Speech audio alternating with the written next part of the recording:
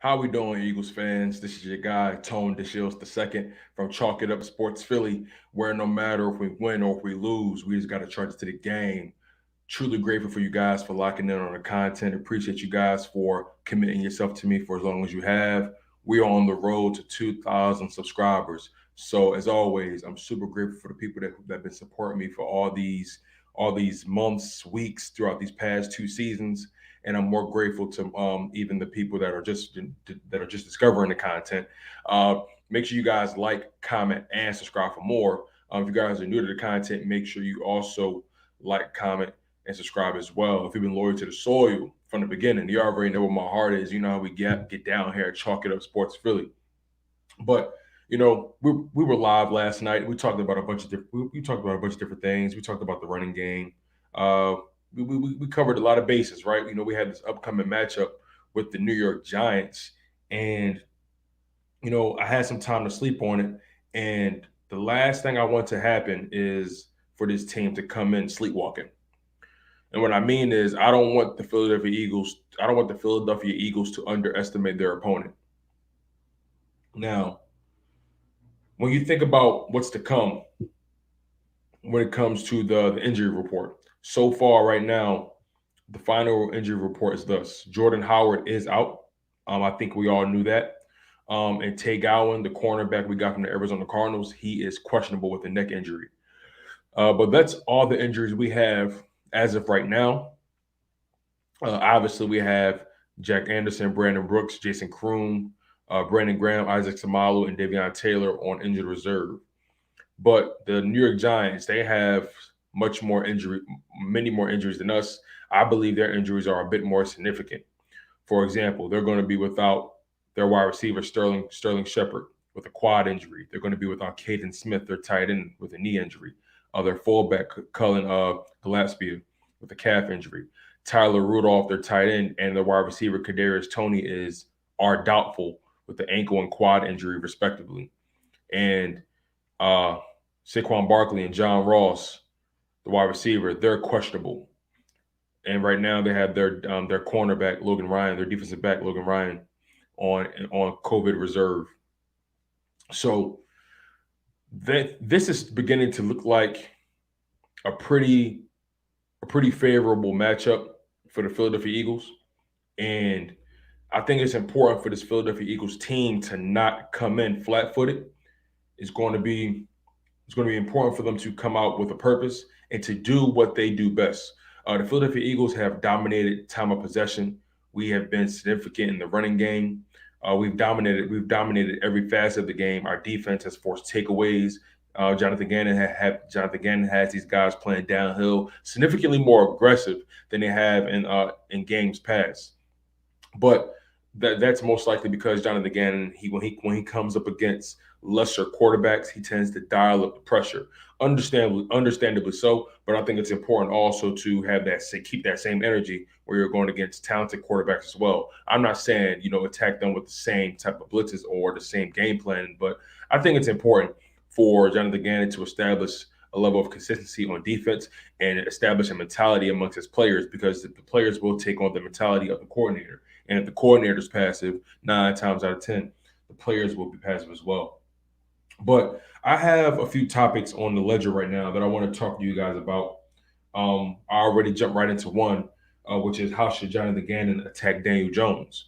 I think it's important for Daniel Jones to be under duress the entirety of the game. When you think about how we performed in that Saints matchup, the defense was playing downhill. They were aggressive. They forced 2 turnovers, 2 interceptions in the first half.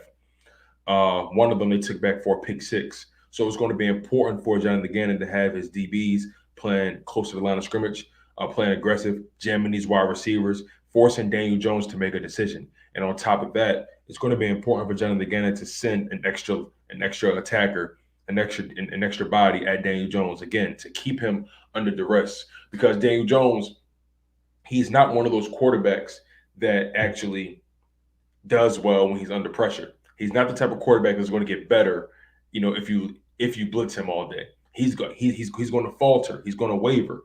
The more hands and feet you get on Daniel Jones, the lesser the quarterback he is. and that's just who he's been his entire career. He hasn't posted an above 500 record. I don't believe for his entire career for his team. Somebody correct me if I'm wrong, but I don't believe Daniel Jones has posted an above 500 record not one time in his short career. And the Giants right now are trying to figure out if he's going to be the guy for the future. And I think it's paramount for the Philadelphia Eagles to make that decision a lot harder. I think it's paramount for the Philadelphia Eagles to make Daniel Jones as uncomfortable as he's been all season.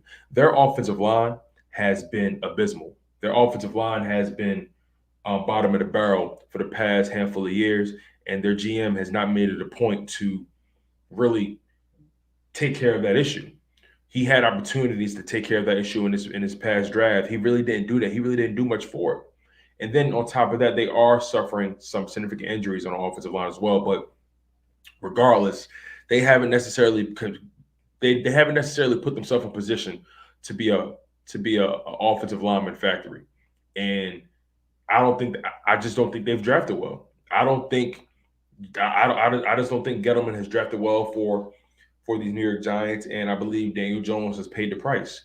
Now, granted, I don't think Daniel Jones was good to begin with, but it's kind of hard to really judge your quarterback when he's constantly under duress, when he's constantly trying to fight to get the ball down the field, when he doesn't even have more than 2 or 3 seconds to get the to find his wide receivers. I don't think Daniel Jones has ever been able to make it to his third or fourth progression because of the fact that the offensive line is so bad. Now, granted, he has been able to keep certain things alive with his legs. We all know he has gashed us a couple times in the past with his legs. But regardless, I think it's important for Jonathan Gannon to contain him, but also make him extremely uncomfortable. Now, Daniel Jones is faster than what you think, but make him uncomfortable. He's going to try to throw that ball first and foremost, and then he's going to start to get desperate as the game goes along, and that's when you start to contain him, give him nowhere else to go. And like I said, he gashed us a couple times in the past, but he's such a lackadaisical quarterback. He lollygags so much he doesn't even look like he belongs out there. So again, the more hands and feet that Jonathan Gannon and this defensive core gets on Daniel Jones, the more susceptible he will be to turning the ball over. I don't think he has double-digit touchdowns on this season yet. You know what I'm saying? Like he's just a poor quarterback. He's literally the worst version of Eli Manning. You know what I'm saying? And Eli Manning, I don't even think Eli Manning was this bad. Eli Manning was never this bad in my opinion. Maybe his last year when he knew he was on the way out, but I don't think Eli Manning has ever been Daniel Jones bad. At least you were able to get 2 Super Bowls out of Eli Manning, right? But Jonathan Gannon, it's going to be very important. It's going to be very important for you to maintain the same level of consistency, to maintain the same level of aggressiveness that you've had these past handful of weeks against these mediocre quarterbacks. The best quarterback you're going to face going forward will be Dak Prescott in Week 18. Tyler Heineke, he's a streaky quarterback, but he's someone who he finds ways to keep games within reach. He doesn't give up. He doesn't strike me as the type to falter under pressure like Daniel Jones. So it's going to be important for the Eagles to make him uncomfortable as well. But right now, we have to focus on the New York Giants, and it's going to be paramount for us to not only contain Daniel Jones, but Saquon Barkley. He still is a threat. Darius Slay is still a threat. I believe they still have Evan Ingram. I'm not sure if Evan Ingram is on IR or not, but it's just going to be important for us to keep Saquon Barkley in our minds. Saquon Barkley is still talented. Maybe his health hasn't necessarily been on his side, but he's still talented. And I actually still feel like he's still getting his conditioning together.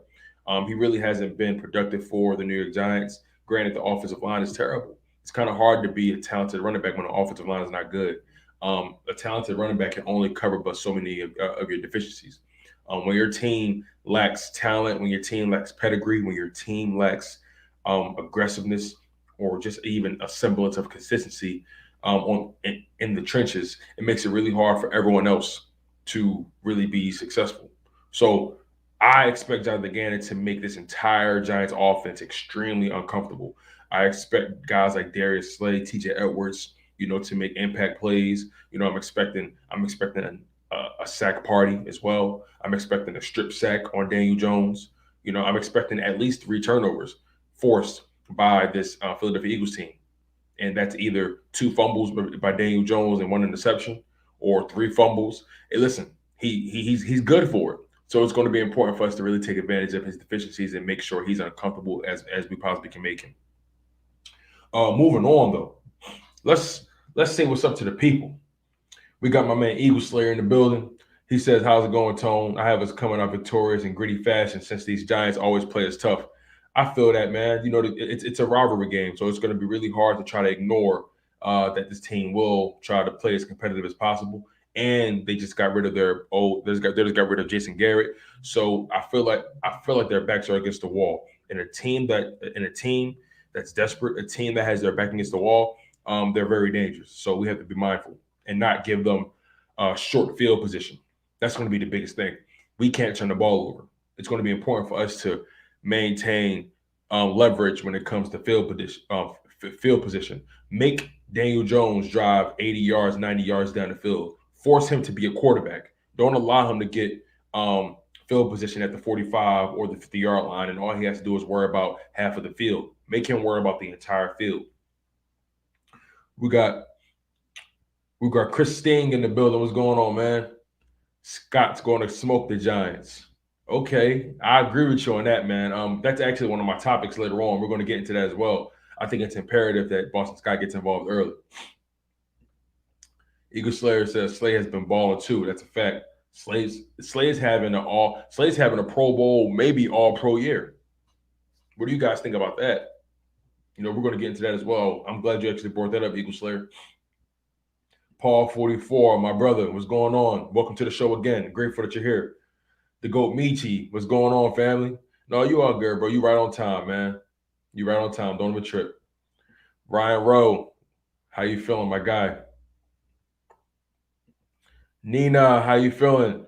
He says, she says, excuse me, she says, I feel bad for Barkley. Injuries happen, but New York also stunted his growth. I agree. I felt like he was forced to be their entire offense for the past few years. And when he's not there, Daniel Jones is obviously not a good quarterback. But you're right. I feel like they stunted his growth, but it's really been injuries, in my humble opinion. I feel like the injuries have really been his Achilles heel. No pun intended. And Nina is also calling the game 34-17 Birds. Hey, I like the way that looks. I like that. Daniel Belfield, how you feeling, my man? He says, "What's up, Tone? We cannot lose this game." You're absolutely right. We cannot afford to lose this game. Some people are saying it's looking like a trap game, but I don't think the offensive line is going to even allow this to happen. The Eagles' offensive line has been dominant these past handful of weeks, and the offensive line is the one group on the field that I have absolute faith in.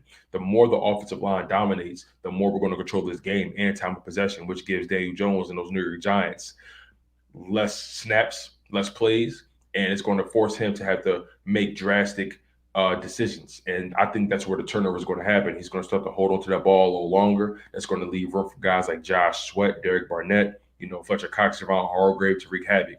And again, Jonathan Gannon needs to blitz early and often. He needs to make Daniel Jones uncomfortable from beginning to absolute end. Do not take your foot off the gas at any point. Eddie Holmes, my guy, what's going on, bro? Glad that you're here. We got 14 people in the live stream. Thank you guys so much for locking in on the content. Make sure you guys like, comment, and subscribe. If you guys aren't subscribed already, make sure you hit that like button. I'm always grateful for you guys. I really consider you guys some of the smartest people that keep up with football, some of the smartest supporters of the content. You guys hold me accountable. You guys challenge my thought process. You guys add to the conversation. You guys are a part of the show. So I need you guys to truly understand your power, and you have the power to hit that like button. You have the power to help this channel grow. The more this channel grows, the more lit, the more spicy the chat stream, the live chat will be. So I think you guys need to understand your power. You guys need to flex your muscle and smash that like button. East Camden for life, my man. Fly Eagles fly. You already know, bro. Sean says, "What's up, Tone? How you feeling, man? Glad to see you, my guy. You already know how we get down. Welcome to the show." Joey Shake 72, my man. One of the first guys to really show me love.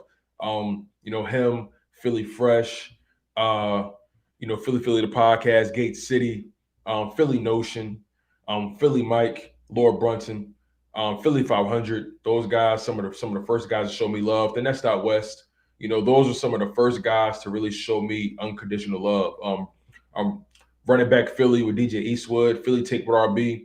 Those guys have really welcomed me into the Philadelphia content creation wave, and those guys have absolutely been truly inspiring. If I'm being completely honest, um, I really want my content to grow. I really want you guys to continue to hold me accountable. I want to continue to feed you guys dope content, give you guys passion, energy, my analysis, and just how I see things at the end of the day. This sports thing is so interesting because we're all pulling from the same source, yet we all have our own various perspectives. And that's what makes this content creation game so interesting because you can go to different content creators for a different energy. And that's the dope thing about it. I hope that you guys, vibe with me and we're going to continue to, grow together and we're going to continue to put out great energy, man. And we're going to continue to cover these birds. I'm going to cover the Sixers whenever I can. But the Philadelphia Eagles are my first love. So I dominate most of my time, or I dictate most of my time towards the Philadelphia Eagles. And whenever I can, I touch on the Philadelphia 76ers when when major things happen and so on and so forth. And also my time right now really just dictates me to really focus strictly on the Eagles. So, you know, when uh when football season ends, I definitely lock in on the Sixers. But really appreciate you guys. Really appreciate Joey Shakes for really showing love, man. Always has been that guy for me. The Goat Michi says, I think Nick's going to keep his foot on the gas this game. He talked about that in his post game conference. So I know we're going to put up a lot of points. That's important. I'm going to keep this post up because that's such an important point. Nick Sirianni made it a point to make it clear that he took his foot off the gas in that second half. Jalen Hurts said the same thing. We took our foot off the gas. So that awareness is so important as a head coach and as a starting quarterback. You need to understand the ebbs and flows of a game. And when you took your foot off the gas and you allow the team to come back into it, that makes you a smarter football player. That makes you a smarter coach. That makes you alter your game plan and actually keep your foot on the gas and continue to make the opposing team uncomfortable with your scoring. Continue to make their job harder and harder each and every time. Now, the good thing about that Saints game is we was continuing to put points on the board. Jake Elliott was making his field goals. I think Jake Elliott is a Pro Bowler this year. What do you guys think? Jake Elliott is having an amazing year. He's only missed 2 field goals. He's making above 90% of his field goals. And on top of that, he hasn't missed an extra point at all. I think Jake Elliott is having a career season, and Jake Elliott should be a Pro Bowler. But yes, it's going to be important for us to keep our foot on the gas. Michi, you so right. J Bug, Jeremiah Butler, my guy, what's going on, man? You already know, man. I appreciate you. Eddie Holmes, you already know, big dog. J Bug says every year we give a struggling division rivals a get right game. Let's not do that this year. Absolutely, that's a good point. We always allow a division rival to somehow, some way, steal one on us, and that's not necessarily a good look. Now, granted, last year we were a dumpster fire from top to bottom, so we were lucky to win the games we won. Um, but overall, you think about the times where we've allowed teams to come back in the game. We've allowed our rivals, who may have been the lesser team at the time, to somehow, some way make the game more competitive than it should be. So it's going to be important for Nick Sirianni to really keep his foot on the gas. It's going to be important for Jonathan Gannon to keep sending his guys at um, Daniel Jones.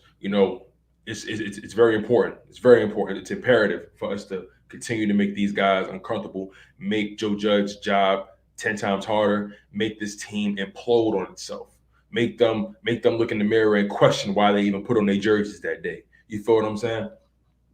But I want to get into another topic, you guys. I want to talk about the running back room right now. One of you guys brought up Boston Scott, right? You guys brought up the fact that Boston Scott will eat. He's going to thrive against this New York Giants team as he always have, right? And look, I know Miles Sanders is the guy. I know Miles Sanders is a big play waiting to happen. I know that. But you guys, Boston Scott is and has been the giant killer. He has been the giant killer. And through 4 games, through his career 4 games of playing the New York Giants, he's accumulated 222 rushing yards, 5 touchdowns on the ground, 210 receiving yards, and 1 touchdown in the air. You feel what I'm saying? Like Boston Scott has owned the New York Giants. The numbers don't lie to you. He's accumulated over 420 yards of total offense and 6 touchdowns against the New York Giants. And in 2019, in one of those games, he had a hat trick on the ground, 3 touchdowns in one game. My man, my man was just putting these guys through the ringer. I remember that play where Boston Scott he broke off for that big run, and somehow, someway, Deuce Staley told him that was the slowest spin I ever seen. You know what I'm saying? So it's like Boston Scott. He's such an electric player. He brings such a spark to the offense, and he runs hard. You know, for a small guy, he's a very stout runner. He's not afraid to run north south. That's the good thing about Boston Scott. He's a one cut back. He's an elusive back, but he's also not afraid to go north and south and get the short yardage. And because of his size, he's able to squeeze between those linemen, and sometimes opposing defenses lose him in traffic. So, you know, Boston Scott, he has been the giant killer. Miles Sanders obviously will lead the team in carries, but I feel like it's important to get Boston Scott involved in various ways. I'm looking forward to see Kenny Gainwell involved as well, but Boston Scott, history has shown that they cannot do anything. They cannot do anything with or against Boston Scott. And if I'm Nick Sirianni, I'm pulling up all the Giants tape that Boston Scott has accumulated, and I'm gonna say, listen, Boston, we're gonna do that. We're going to repeat that. You feel what I'm saying? So, this team has a chance to really make some noise, and I really like Boston Scott. Now, I don't know what their plans are going to be with Boston Scott going forward after this season. They obviously have Kenny Gainwell. They drafted him, Miles Sanders, Jordan Howard. We're going to see if they're going to extend him as well. So they have a good problem when it comes to the running back room going forward. More questions arise when you think about, are they going to pay Miles Sanders? Miles Sanders has a fumbling problem. That's something we have to acknowledge. He has a fumbling problem. But I want to give him a bit of a break because of the fact that he was injured and he came back and he was a little rusty. But when you fumble twice in the same part of the field, that's a mental thing to me. That's beyond just you being used to taking hits. That's a mental thing. He fumbled once in the opponent's red zone. Well, in the opponent's side of the field, which set them up for an easy touchdown. And then he almost fumbled again, but he got away with it because of the fact that they called forward progress. He got lucky, but in my opinion, he fumbled twice in the same part of the field. He has to clean that up. He has to lock in mentally. Boston Scott hasn't fumbled at all throughout this season. Jordan Howard hasn't fumbled at all throughout this season. You know what I'm saying? I don't think Kenny Gainwell has fumbled either. So, again, correct me if I'm wrong about Kenny Gainwell, but I know for a fact Boston Scott and Jordan Howard have not fumbled at all, especially on this run we've had these past 4 games. We're 3-1 in the past 4 games, and Boston Scott, Jordan Howard have not fumbled the rock at all, and they've been getting physical with guys. So Miles Sanders has to step his weight up, especially if he wants a contract extension. Shout out to my man, Jeremiah Butler. J Bug, my guy. You know what I'm saying? He said, just a J Boogie thing, you dig? Thank you, Jeremiah, with the $1.99 super chat, my man. You have been one of my biggest supporters, man. Truly, truly grateful for you. Truly, my man. You are one of the GOAT when it comes to being one of my supporters, man. You've been loyal to the soil. You've been rocking. You've been helping other people find the content, man. Truly grateful for you, my guy. Shout out to my man, J Bug.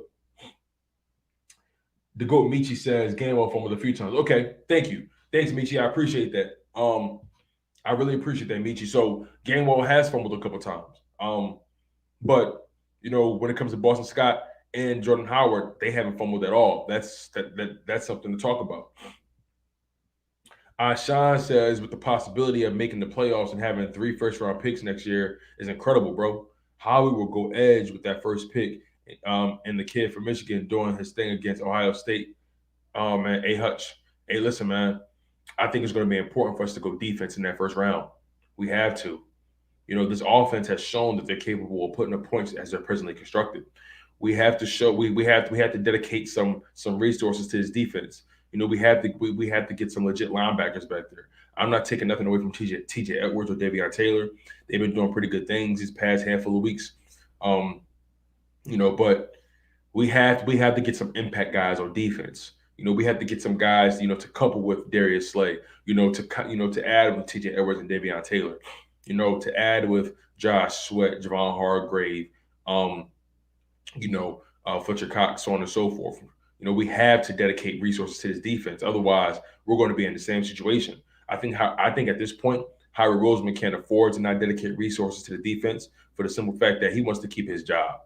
So far, Howie Roseman has made pretty good decisions. I'm still not a Howie Roseman fan, but lately he has made good decisions. So I have to give him credit for that, just as well as I give him credit for the terrible decisions as well. He had us in cap hell at one point, but now going into next season, we're going to be in a very good position when it comes to the cap. So um, it's going to be important for Howie Roseman to continue to try to make good decisions. My biggest problem with Howie Roseman has been that I don't think he's a great talent evaluator. Granted, he has had a handful of hits in the draft these past few years, but he also has a lot of fumbles in his draft in the past few years as well. I don't trust Howie Roseman's talent evaluation skills. I trust him with the cap. I trust him with contracts. I trust him on accumulating assets and trades, things like that. I trust him with those kind of things. But I don't trust Howie Roseman when it comes to being a talent evaluator. So I think it's going to be important for him to lean on his scouts, lean on his staff to support him when it comes to evaluating the guys that we choose with our first 3 picks in the first round. Jeremiah Butler says Boston is a whole guy undrafted while on a Sproles like trajectory, while our first round special teams player is on an unemployment trajectory. Oh man, that was funny. That was funny. Yeah, man. Jalen, I assume you're talking about Jalen Reagor, right? Yeah, Jalen Reagor. He hasn't really been the guy at all, really. Granted, he has 2 touchdowns on the season, but those touchdowns came in situations where the game was already lost. He doesn't even have. I don't even think he has more than 200 receiving yards on the season. Jalen Reagor only has 170 receiving yards on the season. That's just unacceptable. That's just unacceptable. Quez Watkins has. Think about this, you guys. Quez Watkins has the same amount of targets as Jalen Reagor, same amount of targets, and he only has 26 receptions to Jalen Reagor's 23. Quez Watkins has over 400 yards receiving, no touchdowns, but he's averaging 15 yards a catch with 7 big plays. Jalen Reagor only has 23 receptions on 170 yards, only averaging 7 yards a catch. He has 2 touchdowns, but again, those two touchdowns are irrelevant to our success. Only has 2 big plays on the season. Only averaging 15 yards a game. Just unacceptable. Unacceptable. But Boston Scott, a guy that was undrafted. You see, you got to think about this, you guys. When you're an undrafted guy, you have so much weight against you. You have so much to fight for. It's not just about being the best. It's about being able to feed your family. It's about being able to have sustainability in the league. It's about being able to be productive. It's about just having a job, to have a paycheck coming in. And when you're a first round pick like Jalen Reagor, sometimes you come in entitled. Sometimes you come in thinking, oh, I'm a first round pick. I'm going to get the reps anyway, no matter what. But when you're a guy that's undrafted, like Boston Scott, when you're a guy that was drafted in like the 6th round, the 5th or 6th round, like a Quez Watkins, nothing is given. Nothing. Everything that you have, everything that you've accumulated throughout your short career has to be earned. A guy like Quez Watkins has had to earn it. Quez Watkins wasn't even supposed to be the guy. You know, they actually thought John Hightower was going to be the guy. They thought John Hightower was going to be above Quez Watkins. But no, John Hightower has fallen from grace. Jalen Reagor has fallen from grace if he's ever even seen grace. But Quez Watkins, he has shown the most growth out of the wide receivers we've drafted in that 2020 draft. Really think about that. The last wide receiver you drafted, which was in the 6th round, I believe, he's showing the most amount of growth, the most desire to get better out of all those guys you drafted in 2020. Hightower never seems focused. Jalen Reagor never seems focused. Never seems to be crisp with his routes. Never seems to be on the same page with the quarterback. Everyone else seems to be on the same page. But when you think about Jalen Reagor, it seems like he's never locked in here. And I don't understand what the problem is with that. You know, at the end of the day, you're a grown man, bro. And you get paid millions to do a job. And it's important for you to give your all, not only to your teammates, but to this city. Because at the end of the day, not only are fans spending their money, our tax dollars are involved in this as well. Fans spend a lot of money to come to these games. Fans spent a lot of money on your jersey when they drafted you because they had high expectations for you. And they thought maybe it's something that we're not seeing. But so far, you have done nothing really to necessarily prove that you deserve to be drafted where you got drafted. And sure, that's not your fault. That's not your fault. You was drafted where you was drafted. It is what it is. But what did you do with the opportunity? Not near thing, my brother. And listen, this is not meant to be disrespect. This is not meant to, come at who you are as a man. This is not that at all. We're talking football. And sure, I've never played in the National Football League. Sure, I'll give you that, my man. Sure, I don't know what it's like to be in your shoes. I'll give you that, my brother. I don't know what it's like to be in your shoes. But at the end of the day, the product we're seeing, what we spend our hard money on to come see, you're not providing that. You're in the service business, my man. You're in the sports industry. You're going to always get criticized. You're going to always get talked about either when you're producing or when you're not producing. You feel what I'm saying? So if you want us to praise us when you're doing well, oh yeah, best believe we're gonna give you heat when you're not doing well. This is Philadelphia, my man. This is Philadelphia, the city of brotherly love. Yes, we show love, but at the same time, we will throw your ass on the grill. You know what I'm saying? And leave you there until you crispy. You know what I'm saying?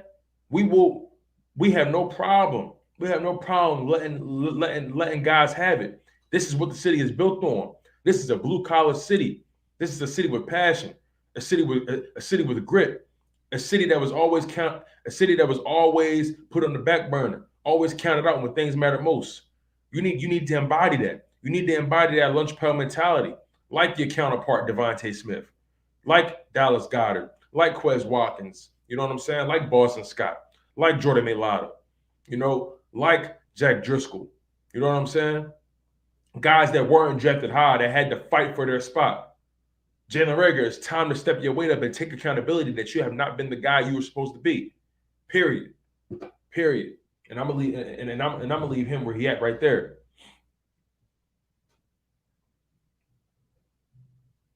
I'm gonna leave that where it's at. But Ryan Rose says Boston Scott has to be played like an elite football player to start off a good game while getting enough minutes to get an impact and progression. I see what you're saying. T. Lewis Bird Gang says, I say we grab one of the Ohio State receivers to go along with Devontae, use the other 2 picks on D.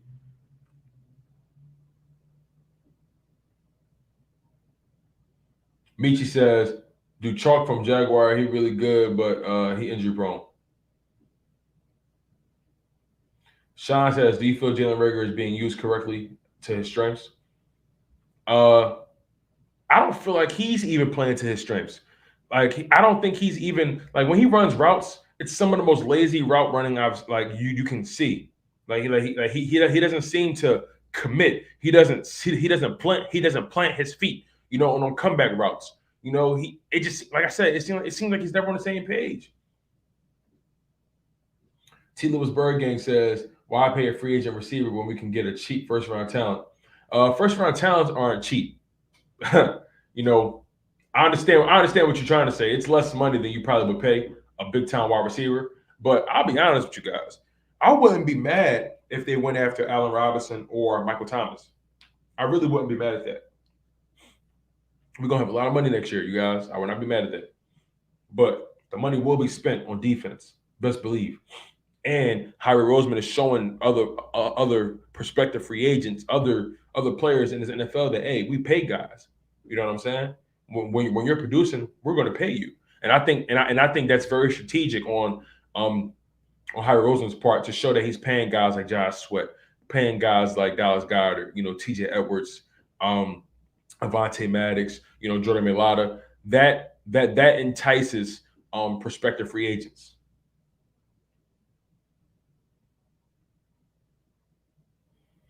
Ishmael Rodriguez says the Eagles game is finally showing on local cable. Finally get to watch the game at home. Kyle, Texas. Wow, Ishmael, you live in Texas? That's crazy. Damn, man. He says flag was 32-24. Okay, I like that. Hey, listen, man. Ishmael holding it down in Texas. That's heavy. All those Cowboys fans can get a little overwhelming. Ashan says, I'd love Michael Thomas or Allen Robinson if they went for a vet in the offseason. Thomas is built Philly tough. I agree with you, man. T. Lewis has Reagor, a punt returner at heart, and he can't even do that right. Yeah, I know. Every time he returned the punt, it seemed like he don't know what he's trying to do or what he want to do. It's the spookiest thing I've ever seen. Also, you guys, make sure you guys smash that like button. It really helps. Do not forget that it really helps the content grow. It really helps more people find the content. It helps the live stream. It helps the live chat get even more spicy. You know what I'm saying?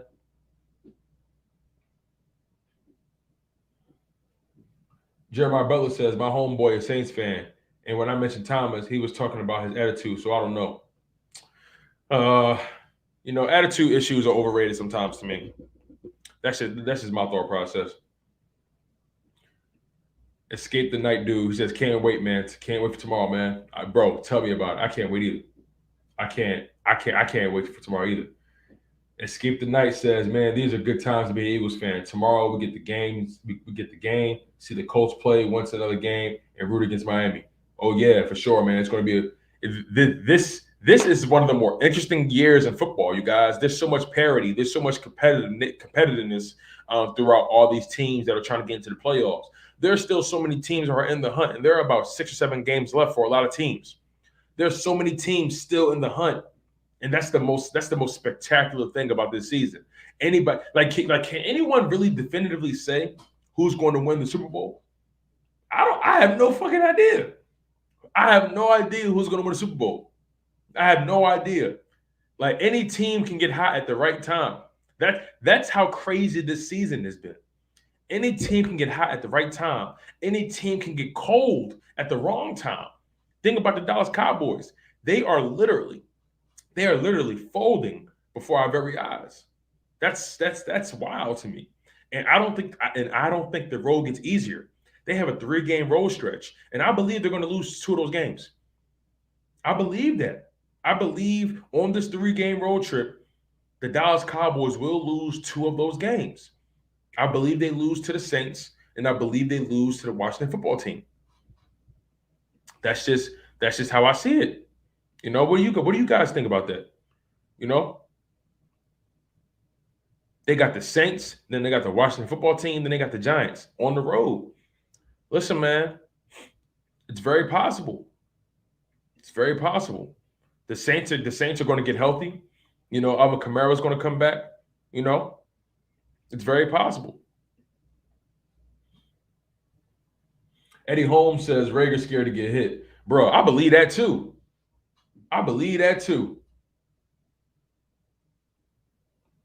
Jeremiah Butler says it all depends on why that player has an attitude and what that attitude is.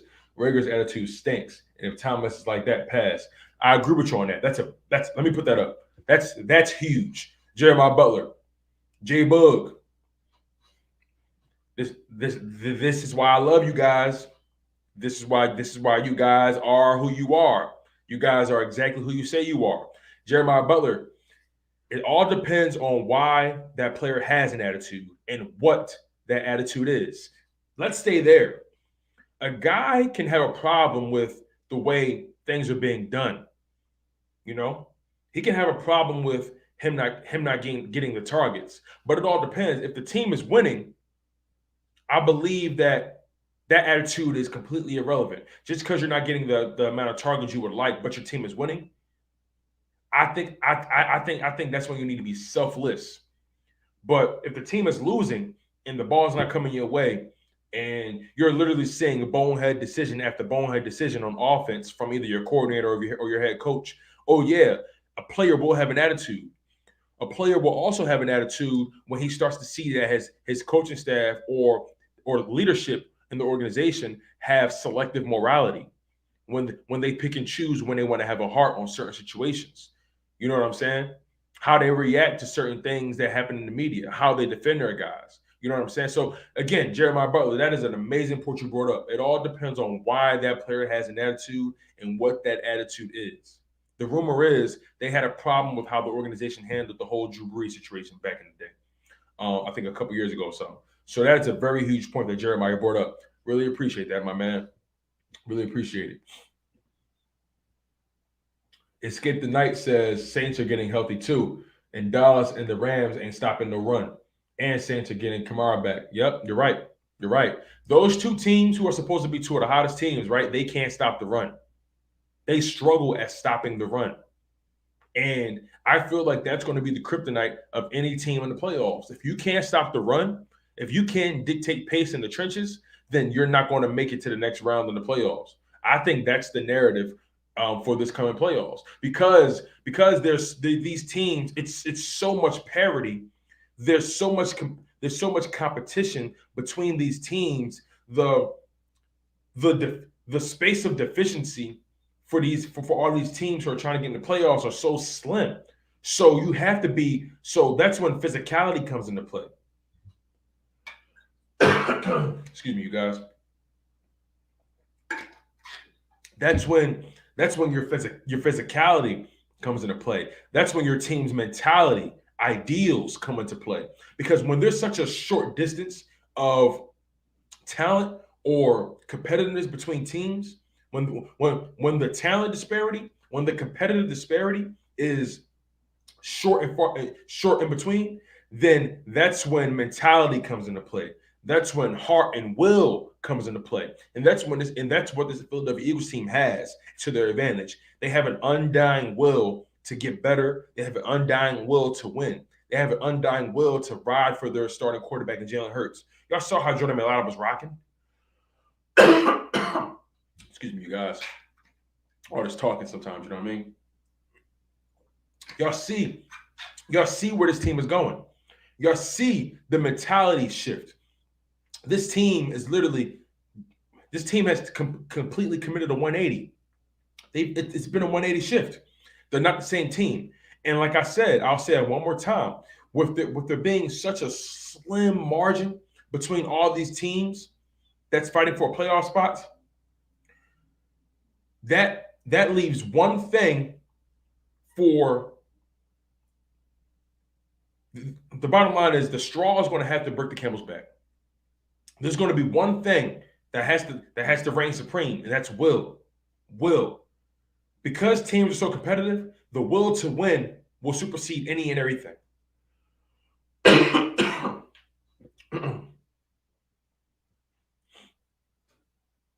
Aishan says the problem is Jalen Reagor can't beat man press coverage whatsoever. In my opinion, he's a gadget player. Only at this time he needs to be utilized like a poor man's Deebo Samuel.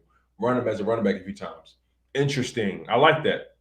Now we're talking because when Jalen Reagor is used in those jet sweep situations, he does get productive yards. So that's a very interesting point you brought up, Sean. Maybe they should use him in like a poor man's Deebo Samuel situation.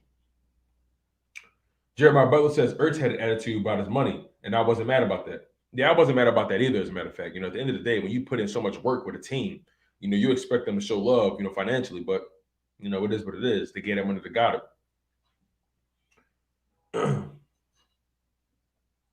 Jeremiah says he had earned it, but I also understand the business side of the organization. Yeah, he was also a 30 plus year old tight end. And you got a guy, Dallas Goedert, who's young, still developing, and his upside, he's only going to get better. Come on now. Alshon says, good point, to be honest. I feel Reagor frustrated because he isn't being utilized to his strength. It's not about targets with him. He needs touches. I kind of like him. Interesting. Alshon has brought up a very good point.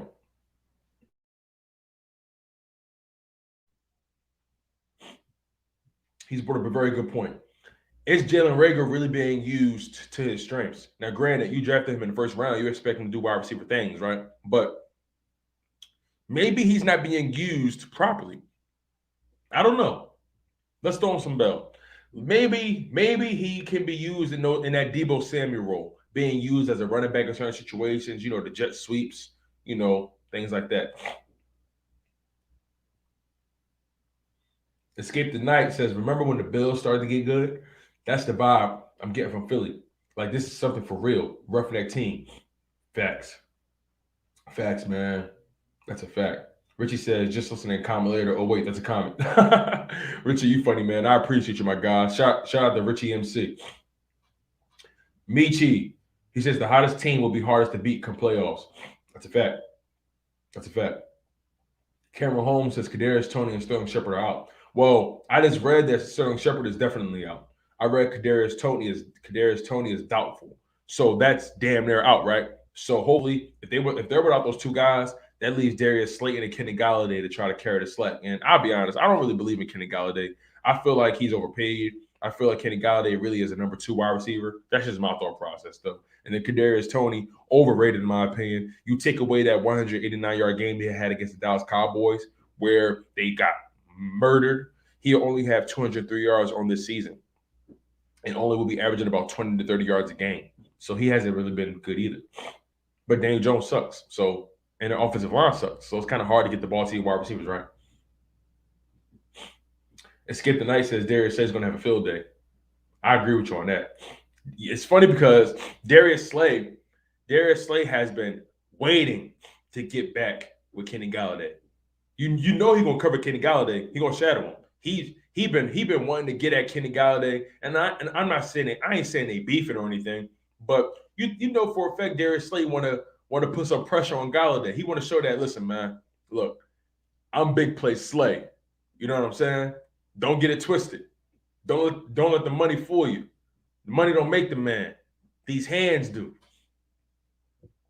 Paul 44 said Jason Kelsey says something like it's easy to play in Philly, but your ass running to first base and the fans will love you. I don't know what Reagor's problem was showing effort. Yeah, I don't know. Jason Kelsey did say that. He said that about the Ben Simmons situation, right? He was saying that this city will love you if you grind. If you put feet to the pavement and you grind, this city will love you. Think about Allen Iverson. Think about Brian Dawkins.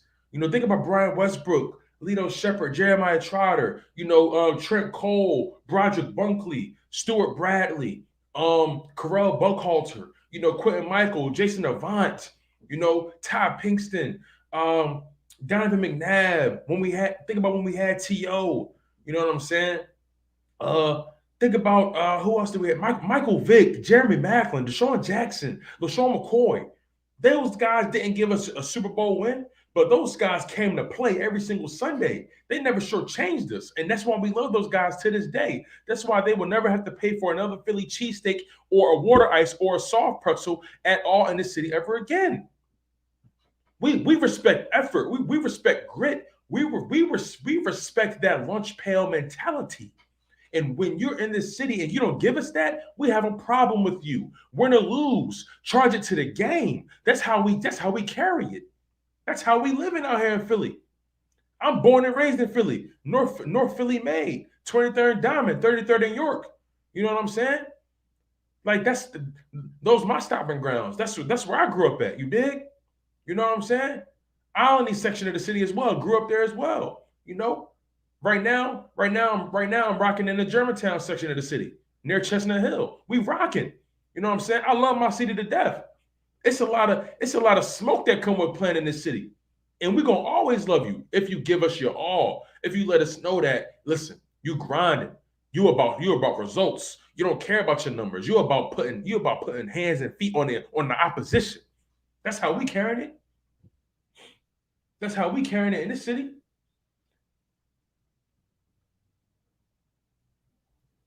Cameron Holmes says Saquon Barkley limited in practice throughout the week. Listen, Saquon is a shell of himself right now. He's not. We have to still be mindful, but he's a shell of himself.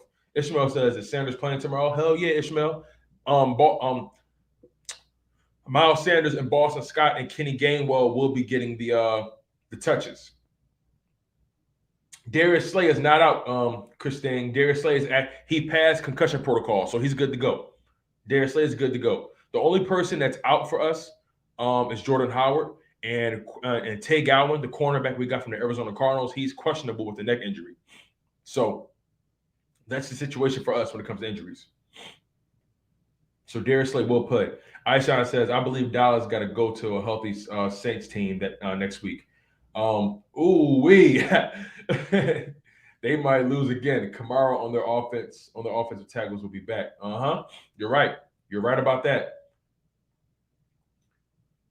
Escape the Night says, yep, and the Saints are going to be desperate for that wild card spot. They are bringing the pain. Most definitely. Sean Payton will have those guys ready. Cameron Holmes says Barkley most overrated running back in the NFL. I mean, he's been hurt these past 2 years, man. But those first 2 years, he's been productive. Now the injury started midway through. The injury started his second year. He only played about 12, 13 games, but still had over 1,200 yards of total offense, over 1,000 yards on the ground. But he has not even come close to that rookie season. These past couple years. Last season he didn't play damn near at all. And this season he's just not the same guy. He just doesn't have the same burst, doesn't have the same intensity with his cuts. So we're going to see what happens with him. Rock the Artist, my guy. What's going on, man? Appreciate you being here. Christine says Barkley isn't bad. He's just in the Giants. He needs a good team. And I also think it's the fact that he's been hurt. He's been hurt, man, and it's kind of hard to really develop when you're constantly rehabbing. It's fair to say that Saquon Barkley got ran into the dirt early in his career, and he hasn't had the opportunity to really, continue to develop for the simple fact that he's been hurt, and it's really hard to be productive when you're hurt all the time. All right, you guys, I want to talk about another topic, something that's been on my mind. Now, the Philadelphia Eagles, they have, since running the ball, of course, for the past 4 weeks, in the passing game, I don't think we've eclipsed more than 25 passes on a game. Jalen Hurts hasn't been asked to throw the ball that much. He's been asked to hit key guys in key situations, take advantage of the RPOs, take advantage of things in play action, things of that nature, right? But I want to talk to you guys about something. I believe that the Philadelphia Eagles must find a way to get more weapons in the passing game involved. Now, hear me out on this. The past 4 weeks, Devontae Smith and Dallas Goedert have led the team in targets. And I'm not mad at that, but the disparity between the targets for Dallas Goedert and Devontae Smith are starting to grow between Quez Watkins. And I think it's important for this Eagles team to continue to expand their repertoire when it comes to getting more guys involved in the passing game. When you have a guy like Quez Watkins with that kind of speed, with that kind of ability to get open, you have to take advantage of that. And I believe that we're starting to become ultra reliant on Devontae Smith and Dallas Goedert. Now, granted, they are the two best weapons on offense. Yes, they are the two best weapons on offense when it comes to the skill positions. But what happens when Devontae Smith misses a game, or Devontae Smith gets knocked out of a game for a little bit, or what happens if Dallas Goedert misses a game? Will we be able to still maintain productivity in the passing game? Will we still be able to trust guys to get open? And this is why I believe, it's important to get guys like Quez Watkins involved more. Even though Jalen Reagor hasn't really been good, I think it's important to get Jalen Reagor involved more in various ways, even if it's in the running game. I think it's important to get guys like Kenny Gainwell and Boston Scott involved in the passing game. I think it's important to get guys like Tyree Jackson, Jack Stoll involved in the passing game. I think it's important to get JJ Arcega-Whiteside involved in the passing game. We need to expand our Rolodex of targets because eventually teams will begin to catch on and they will start to key in on these guys. And then I don't want Jalen Hurts to have to run every single time because you're rolling the dice. At the end of the day, when your quarterback is taking certain hits, you're rolling the dice. Now I understand Jalen Hurts has always taken care of his body. He's a 6'1", 220, 230-pound guy. He's very stout, very solid. But I think it's important for Quez Watkins and Jalen Reagor to get more touches. I think that's really imperative. If I even think Greg Ward should probably get some touches in the passing game. Greg Ward knows how to get open for some reason. He's not fast, not dynamic by any stretch of the imagination, but Greg Ward knows how to get open. He's shown that in years past. If you're not going to use Jalen Reagor in the passing game, use him in that Deebo Samuel role. Shout out to my man Ishan, who actually put that point on the table. We have to find a way to expand our repertoire when it comes to the passing game. We need to create more threats on the field. Quez Watkins, that you can't teach that kind of speed. Jalen Reagor, even though he hasn't been as productive as we would like, you can't teach his speed. You can't teach that elusiveness. When we saw Jalen Reagor being used in jet sweep situations, I believe that was in the Detroit game. He was productive. He was getting 10 yards a pop, but then he got hurt. He was out for the rest of the game. So Jalen Reagor needs to be involved no matter how bad he's been. Quez Watkins has made big passes earlier on in the season. He's shown the ability to get open. He hasn't had significant targets, or in my opinion, he hasn't been trusted since he dropped that ball in the Denver game. I think he needs more opportunities like that. This is the game to take advantage of the weak secondary of the New York Giants. Now, granted, I know they got a safety in Xavier McKinney who has about 4 interceptions on the season, but they're going to be without Logan Ryan. I understand they got Bradbury, but Bradbury hasn't really lived up to the contract. You know what I'm saying? Let's be totally honest about this. Let's be honest. In order for this offense to be as dynamic as they possibly can be, we have to expand our range of targets. I know you just paid Dallas Goedert. You want to validate that contract, but he's the tight end. He's going to always find a way to get open. He's going to be the safety blanket for Jalen Hurts when things break down. But I would love to see Kenny Gainwell used in the passing game more. I would love to see Boston Scott, used in the passing game more. I would love to see some more screenplays. I like the fact that we got away from throwing so many screenplays from what we were doing earlier in the season. We were throwing so many of them early in the season that teams knew exactly what we were doing. But I think now was the time to sprinkle it in. There was nothing wrong with Nick Sirianni's plays. It's just the fact that the sequencing, the repetition of plays was terrible. We were RPOing people to death, and teams knew exactly what we were doing. We were bubble screaming teams to death. They knew what we were doing. So it's important for Nick Sirianni to find a way to get Quez Watkins, Jalen Reagor, Tyree Jackson, Jack Stoll, Kenny Gainwell. It's important for him to get these other skill position guys involved. What do you guys think, though? Who do you guys think needs to get involved much more outside of Devontae Smith and Dallas Goedert? Because they're going to get the targets. We know that Devontae Smith, from a large margin, Devontae Smith leads our team in targets. Devontae Smith has 74 targets on the season. 74 targets, and Dallas Goedert comes in second with 47. Think about that disparity in targets. That's a huge disparity. 74 targets to Dallas Goedert's 47, and then Jalen Reagor has 38, Quez Watkins has 38, Kenny Gainwell has 32, Miles Sanders has 25, Boston Scott has 9, Jack Stoll has 4, Greg Ward has 3, JJ Arcega-Whiteside has 1 target. You know what I'm saying? Like, we have to get these other guys more involved if our offense is going to take it to the next level. I firmly believe that. My money is on Quez Watkins. Quez Watkins needs to get it going, man. That's and it's not his fault. He's not getting the targets. Escape the Night says scheme Quez at least a couple times for some downfield bombs. Exactly, man. Exactly. Shout out to Ashan as well for telling guys to hit that like button. I really appreciate you guys, man. Hit that like button. Really appreciate Ashan. I really appreciate all you guys for adding to the show. You guys truly are making this show bigger than what I imagined. You guys are some of the smartest Eagles fans, some of the smartest football fans I've ever had the pleasure of speaking with. You guys really lay it on me. You guys are a part of the show. The show, you guys are the engine. You guys are the oil. You guys are the gas. You guys are the kerosene to this show. You guys bring that hot fire. You know what I'm saying? Shout out to my man Joey Shake 72. He says Quez and Reagor need more touches. Got to distribute the ball more. Like you said, what happens if injuries? Knock on wood. Absolutely, man.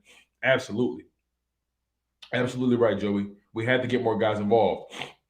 Eddie Holmes says, "Yeah, bro, but your quarterback has to have faith. They won't drop the ball, so that's why they touches have been limited." I understand what you mean, Eddie, but I think Quez Watkins hasn't dropped balls all year. I think Quez Watkins had that drop against Denver. I'll give you that. But Quez Watkins has been pretty good. He's been pretty good. How many drops does Quez Watkins have in a season? Let's be totally frank about that. Let's find out what that is. Because I don't think Quez Watkins has that many drops on the season. I just don't. I just don't think he does.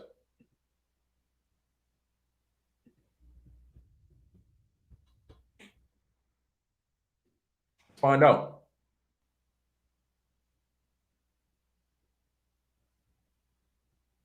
So, I mean, he had his most targets in that Kansas City game. But, other than that, he had 6 targets in the Denver game. He had 4 receptions on 6 targets, but he only had 1 target in that New Orleans game. Now I'm trying to find his drops, but I'm not seeing them. So, I'm not going to waste too much time on it. But the bottom line is, Quez Watkins needs more opportunities. It's just that simple.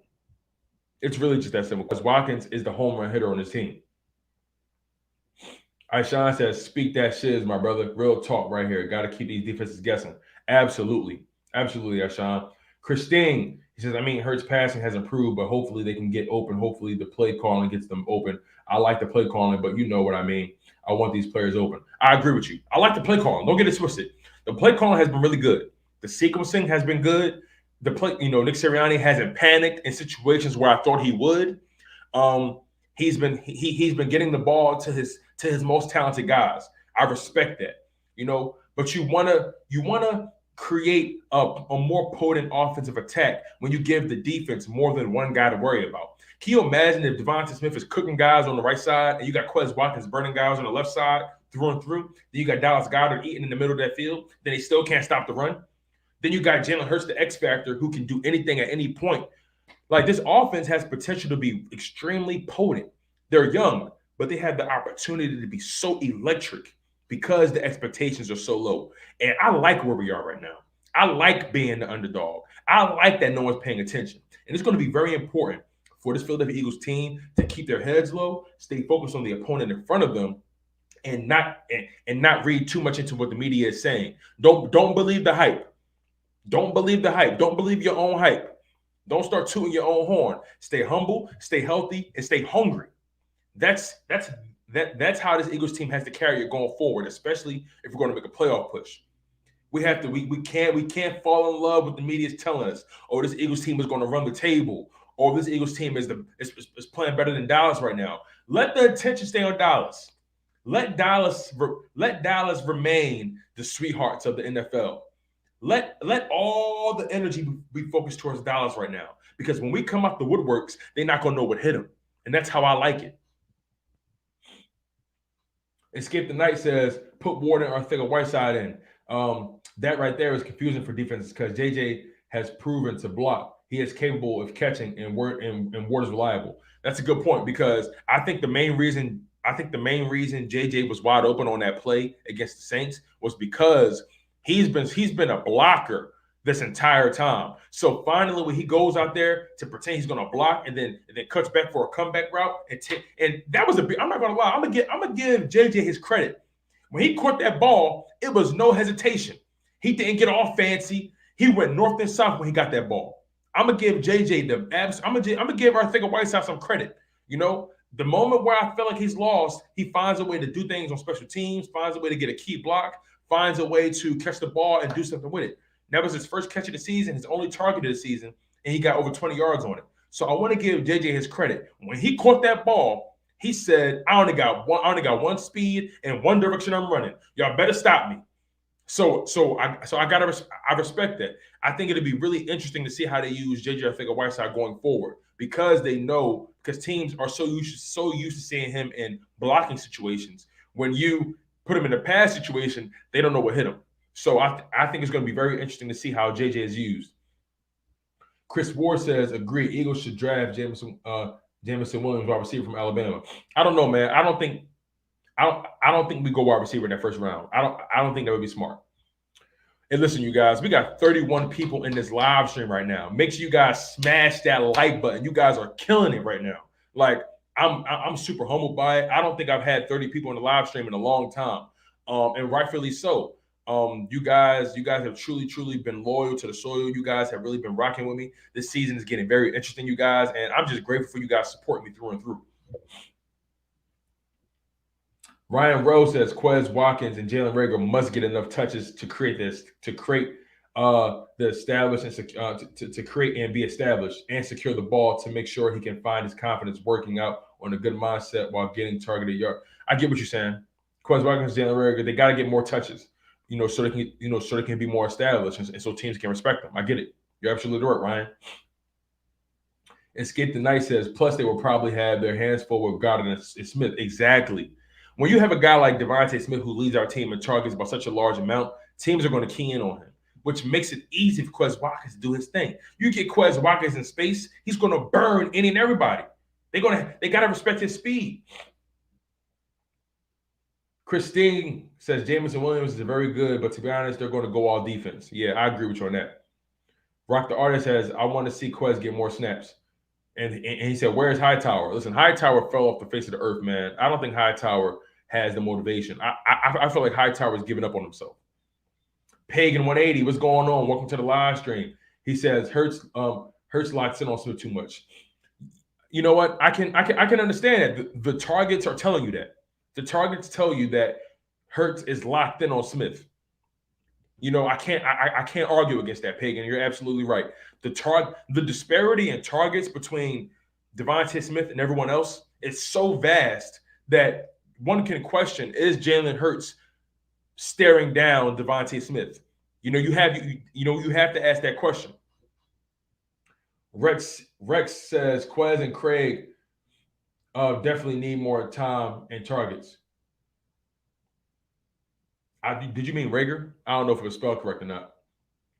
But Aishan also says if a defense is playing Reagor in a zone off man coverage, he gets open, then he better get open. If they play you in zone, you better get open. JC Eagles talk, my brother, he says, sup, Tone, tomorrow is a big game. We win. We are 1.5 games out for the division. Absolutely. You brought up a good point, JC. If we win tomorrow, we're only a game and a half away. And then on top of that, the Dallas Cowboys have to travel to New Orleans to play a hungry Saints team who's trying to bounce back. They got smacked. They got embarrassed against the Bills, and they got embarrassed against us. That team is looking to bounce back. And I think the Saints still won. I think the Dallas Cowboys going to New Orleans. Yes, the Cowboys are desperate, but they're not as desperate as the New Orleans Saints. And the New Orleans Saints are going to get healthy at the right time. So, things are starting to look up for us, man. They're starting to look up. Joey 672, he says, what do the Eagles need to do the rest of the season? Eagles actually control their own path now. Cowboys may have opened the window for the Eagles to jump in the division race. Absolutely, Joey. Great point. Great point. What do the Eagles need to do for the rest of the season? In my humble opinion, bro, they need to ignore the noise. We have our identity. We know how we're going to attack teams. But it's important for this Philadelphia Eagles team to not believe their own hype. It's important for them to ignore the media, ignore the fact that people are starting to jump on the bandwagon. They need to ignore all of it. They need to focus on the opponent in front of them. And they can't allow teams that they're supposed to beat them. That's my logic. They can't take their foot off the gas. They can't play down to the competition. They can't believe their own hype. They can't go into games thinking, oh, we're supposed to beat this team. No, you have to go into a game respecting your opponent and being extremely physical and out-muscling these guys and pounding them into submission. You're right, Joey. We control our own destiny. Now, we're going to need a little help. We're going to need a little help from other teams to beat the Dallas Cowboys, yes. Also, the San Francisco 49ers and the Minnesota Vikings, those two teams are in control of the 6th and 7th seed. If one of those teams lose, and they also have the same record, if one of those teams lose and we win, we take over the 7th seed. I think we take over the 7th seed. Now, hear me out on this. I believe if the Vikings win, they maintain control of the 6th seed, and then we take over the 7th seed. You know what I'm saying? I believe that. I believe that's what happens. If San Francisco wins, they maintain control of that 6th seed. We take control of the 7th seed. You feel what I'm saying? That's my thought process right now. The Cowboys have screwed up. The Cowboys have began to bleed, and the Eagles smell blood in the water. And when a team smells blood in the water, oh yeah, somebody's going to die. Somebody's going to die. It's only a matter of time before the Cowboys fall off the proverbial cliff. We see the writing on the wall. Mike McCarthy, I don't believe in him. I don't believe in Mike McCarthy. I don't believe in Ezekiel Elliott in the long term.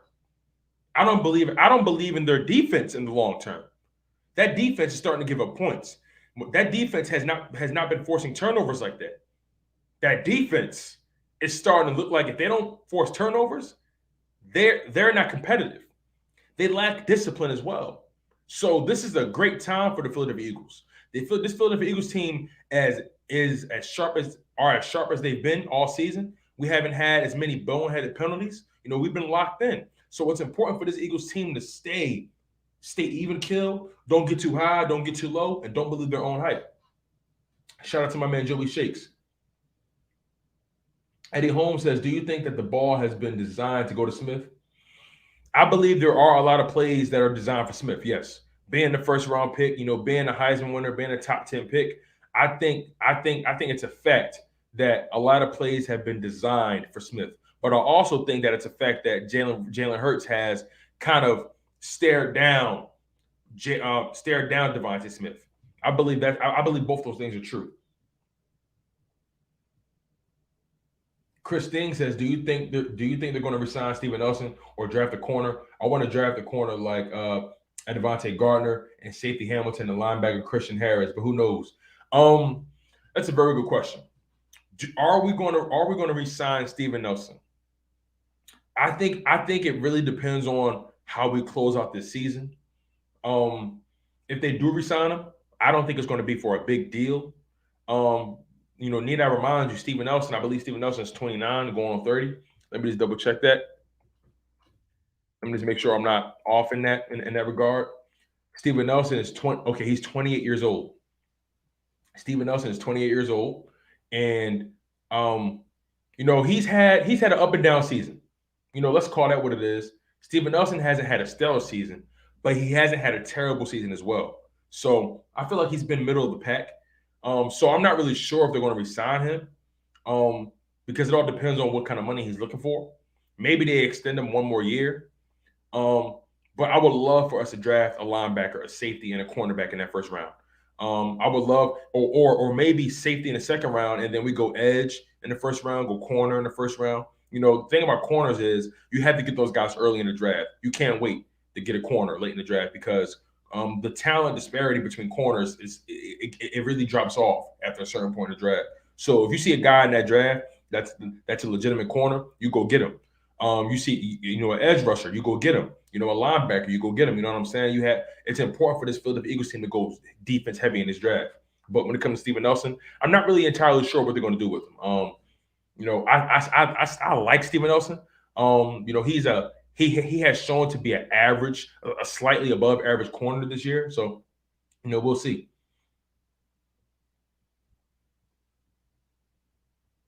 Richie Mack says Gate City breaks down the Reagor situation in his latest upload. Hey, thanks, Richie. I actually was watching that, but I didn't get a chance to finish it. I forgot what happened, but yeah, Gate City does amazing work, man. Shout out to Gate City. Shout out to Stephen Hyder, man. He's an amazing content creator, one of the smartest content creators I've ever had the pleasure of working with, man. He's truly one of the goats out here when it comes to breaking down the game. Truly from a numbers perspective, from a talent perspective, from he had. I actually think I actually think Gate City was a quarterback coach, or he coached football, so he has a keen eye for the game. So shout out to Gate City. And shout out to Fireman as well for being a part of the live stream as well. Anthony Chavez, he says Eagles need to stick to the run like we've been doing, and good things will continue. To win, run angry, and be humble. Absolutely, absolutely, Anthony. Anthony says we have to remain humble. We got to run angry. We have to continue to do what we've been doing, and that's the key, right? We can't believe the hype. We can't try to get too fancy. And when I say get more guys involved in offense, I don't want you guys to believe that I want this team to get too fancy. I want this team to just have versatility. That's all. Versatility. Because the more weapons, the more guys you have that are capable of getting things done, the harder it is for the opposing defense to key on certain guys. And let's be totally honest. If you get other guys more involved, that's going to open things up for Devontae Smith, Dallas Goedert. It's going to open things up for the running game. So it's only going to come full circle the more guys you get involved, man. But bottom line, Anthony, you're absolutely right.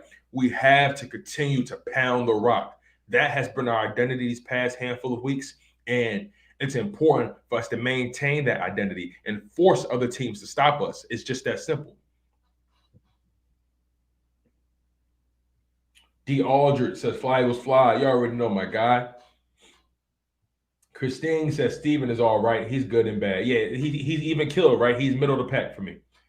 Cameron Holmes says Steven Nelson has been the best cornerback two we've had in years. Now, I will say that though. I'm not now. Granted, that's a low bar. Cam, in all fairness, that's a very low bar. Ronald Darby was a disappointment. Jalen Mills was an up and down corner. Russell Douglas, disappointing.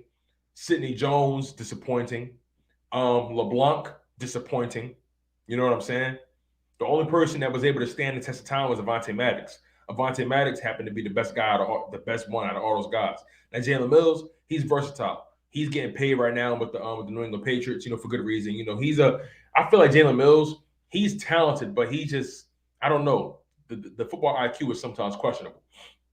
But I do agree that Steven Nelson has been one of the better cornerback twos for us in the past few years. But granted, that is a very low bar. That is a very low bar.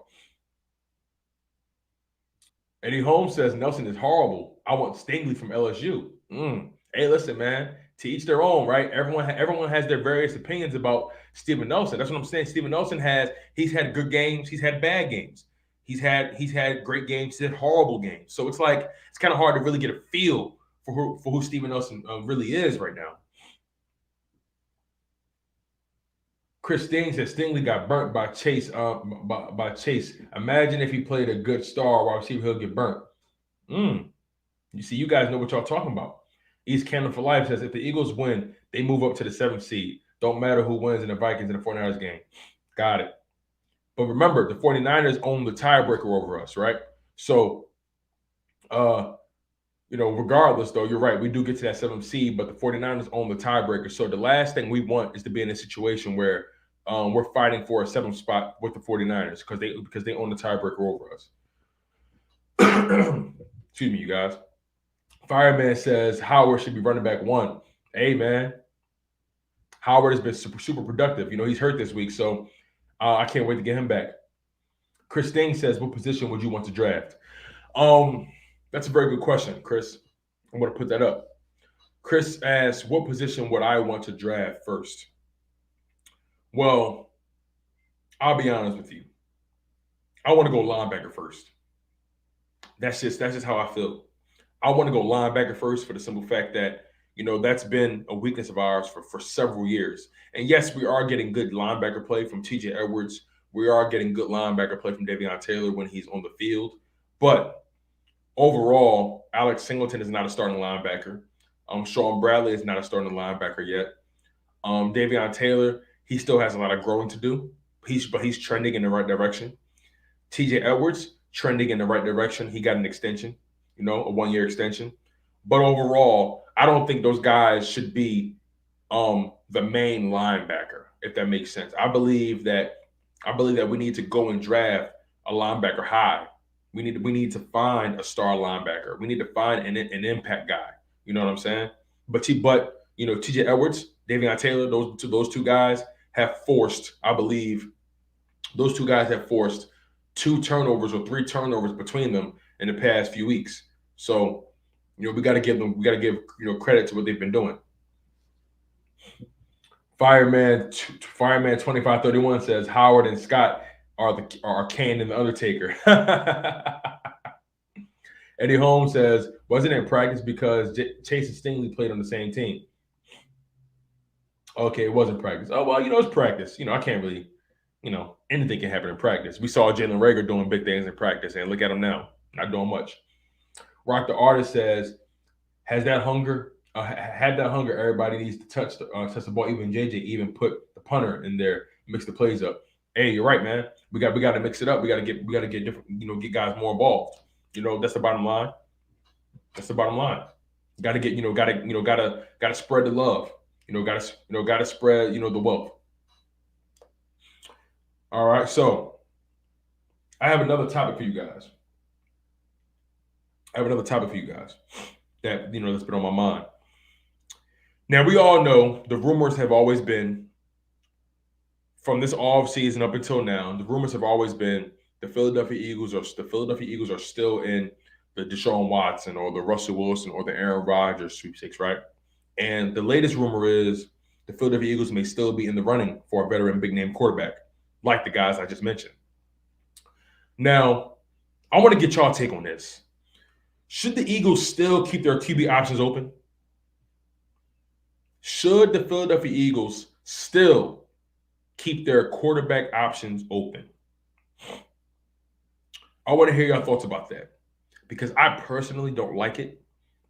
I personally would like to nurture Jalen Hurts because of the simple fact that, yes, he's still developing, but you have him on a rookie deal and you have a legit chance to reload this roster with talent while your quarterback is on his rookie deal. That's the biggest point for me that's not being discussed. He's on the rookie deal. Why go get a guy like Deshaun Watson who just signed a huge contract with the Texans, and you're going to have to you're going to have to take on that contract? Why go after a guy like Russell Wilson who's going to demand a big payday? Why go after a guy like Aaron Rodgers who you're going to have to take on that big contract? Why? When you have a guy like Jalen Hurts who's on his rookie deal, a second round of rookie deal at that, and you're only going to owe him about $3 to $4 million over the next 2 years combined. And that's if he hits all of his incentives. You feel what I'm saying? Why even jump out the window like that? Why even show that lack of stability? I brought this topic up yesterday with you guys. It's going to be so imperative for Howie Roseman and this coaching staff to show a level of stability going into the offseason, especially with the quarterback position. You don't want another situation that you had with Carson Wentz. You don't want that situation to happen again. This team believes in Jalen Hurts. You see time and time again on the mic, on the footage, when the players are mic'd up, all you hear time and time again, that's my quarterback. Boy, that boy bad. That boy Jalen Hurts, man. Sheesh. You see the team responding to him, not just from a playing perspective, but they're responding to him emotionally. They're responding to him mentally. They're responding to that man. The defense is responding. The offensive line is responding. You cannot waste something like that. This is a golden opportunity for not only Jalen Hurts, but this is a golden opportunity for Howie Roseman and his franchise, Nick Sirianni and his franchise, Jeffrey Lurie. This is a golden opportunity. You have a young quarterback who's trending in the right direction, who's able to put points on the board for your team, who's a dynamic dual threat quarterback who keeps defenses guessing.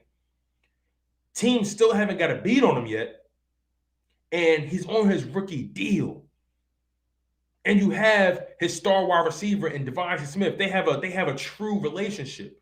He's galvanizing this team. Jordan Mailata loves this guy. You see how Jordan Mailata was going to war for him. You cannot mess that up. So I don't believe the Philadelphia Eagles need to go after one of these guys, Russell Wilson, Deshaun Watson, Aaron Rodgers. I don't want those guys. You want to know why? Because Deshaun Watson has too much baggage. Russell Wilson, although he still is talented, he has, in my humble opinion, shown weird signs of regression. Now, granted, he's gotten hurt this season, and the offensive line has sucked, and he hasn't really been able to really get his bearings. But Russell Wilson is looking weird, is looking funny in the light right now to me. And there's no guarantee he wants to play here. And then Aaron Rodgers, he's a guy that there's no guarantee he wants to play here. Deshaun Watson already said he don't want to play in Philadelphia. So why even look towards that guy? Aaron Rodgers, there's rumors that he might go to Pittsburgh. You know what I'm saying? Russell Wilson, there's rumors that he may be, looking at other teams as well outside of the Philadelphia Eagles, a bigger market. You know what I'm saying? So who knows what may happen? But it's important for this team to lock in on Jalen Hurts and build around him. That's my thought process. Let me hear what y'all saying. Fireman says, yes, keep our options open. Okay. D. Aldrich says, nah, it's Hurts season. Imran Fazal says, build around Hurts. All right, most of you guys are saying build around Hurts. Eddie Holmes says, Jalen is the franchise quarterback. Okay. Chris Sting says, hell no, keep Hurts. The GOAT Michi says, nah, build around Jalen. All right. Pumani Slayer. Punani Slayer. That's hilarious. That's funny as hell. Punani Slayer says, I think if Hurts can manage the offense and play good this year and next year, keep him. And if he ain't the guy, then after 2022, draft a new quarterback with a loaded team. Perfect. Let's keep this point up a little bit. You're absolutely right, Punani Slayer. You're absolutely right. It's important for this team to recognize that even if Jalen Hurts isn't taking the massive leaps in development, he can be your bridge quarterback. If he turns out to hit a ceiling. You follow what I'm saying?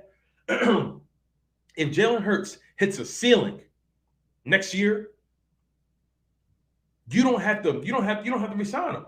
Or if you do resign him, or you can trade him. You feel what I'm saying? Like if Jalen Hurts hits a ceiling, if he's not showing the signs of development that you would like at a certain point, then you can probably go after a quarterback in next year's draft or so on and so forth, and then you have a much loaded roster. My whole point in this whole Jalen Hurts situation is you don't have to rush this. You're in a great place as an organization. You do not have to rush this. Sean says, hell no, we need to build a defense for Hurts and get a big physical wide receiver and a guard or offensive tackle or center in the later rounds. I agree with you. We definitely need to reload on the offensive line. Philly Crew 23 says Eagles are going to have $40 million. Who would want the Eagles? Who would want the Eagles to sign? Or are you asking who should the Eagles sign? I just want to make sure. But but the bottom line is you're right. The Eagles are going to have about 40 to 50 million. They're going to be about 40 to 50 million under the cap. They're going to have a lot of money to spend, and it's going to be important for them to spend that money on either getting Jalen Hurts another offensive weapon, maybe another wide receiver, or getting somebody on defense who's proven. You know what I'm saying? It all remains to be seen, but the bottom line is we need to keep building around Jalen Hurts. East Camden for Life says build around Hurts, but still draft the quarterback in the later rounds. Okay, now I can rock with that. I can rock with that. You can still build around Jalen Hurts, but you better not even sniff a quarterback until about maybe round 5 or 6. That's my thought process, because you can nurture a quarterback, and a guy that you draft in the 5th or 6th round, or even the 7th round, he's not a threat to you. He's not a threat to anything. But when you draft when you draft a quarterback in the 2nd round or higher, maybe even the 3rd round or higher, you're showing a lack of trust in your starting quarterback. I wouldn't mind if you draft a quarterback in the 4th round, 5th round. I don't mind that. I actually think you should draft a quarterback in every draft, at least one in the later rounds. If you need a quarterback, obviously go get your guy in the earlier rounds. But if you don't need a quarterback still, I think you should still draft a quarterback in the later rounds, 5th, 6th, 7th round, if you have the assets to throw around like that. Because it allows you to still develop guys, and it always keeps you ahead of the 8 ball. It always has a guy on your roster that knows the system, that you can develop. Maybe he can be a worthy backup, to hold things down for a couple games, or maybe he grows into a starter. You never know. Listen, my whole thing is this: Tom Brady was found in the 5th, 6th, 7th rounds, right? You got to think about it, man. You have to consider drafting a quarterback in the later rounds. You can never discount that. Blue City Empire says, "Is it true that Miles Sanders said that he would like to play for another team, or is that just a rumor?" I don't think I've seen that anywhere. I think that is a rumor. Sean says, "Hit that like button, ladies and gentlemen." Absolutely. I would appreciate you guys if you smash that like button. You guys are truly making this content game flow for me.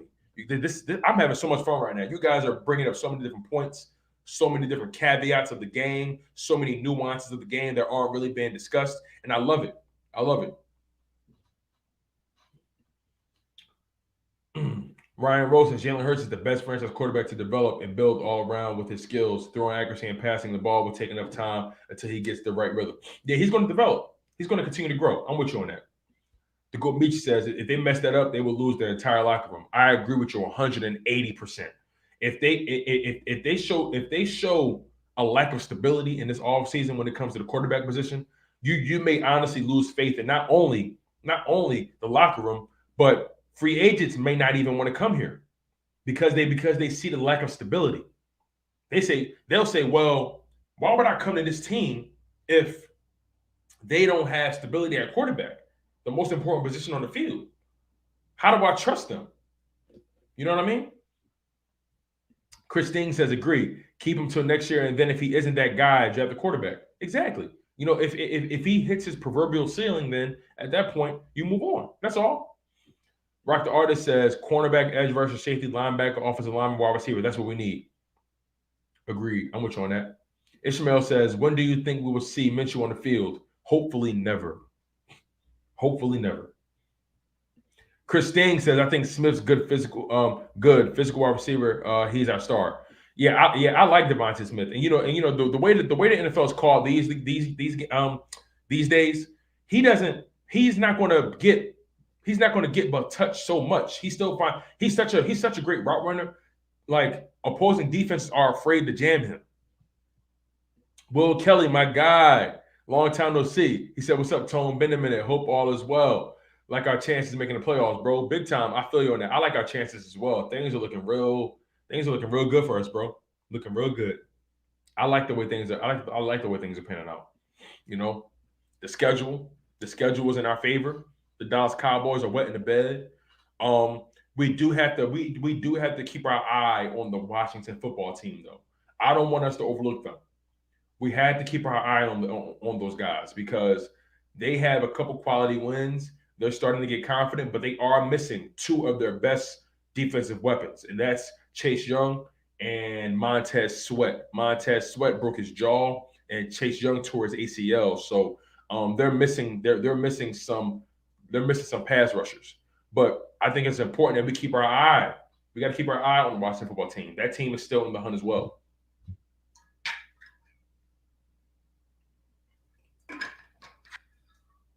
That team is still in the hunt as well. But I got a question for you guys. Let's talk about Darius Slay. Darius Slay's been on my mind a lot lately. And do you guys think Darius? I have two questions. I have a two-part question. Is Darius Slay Has Darius Slay had an All-Pro season? And if not, has Darius Slay had a Pro Bowl caliber season? I want to pick y'all brain about that. Has Darius Slay proven to be an All-Pro this year? And if not an All-Pro, has he proven to be a Pro Bowler?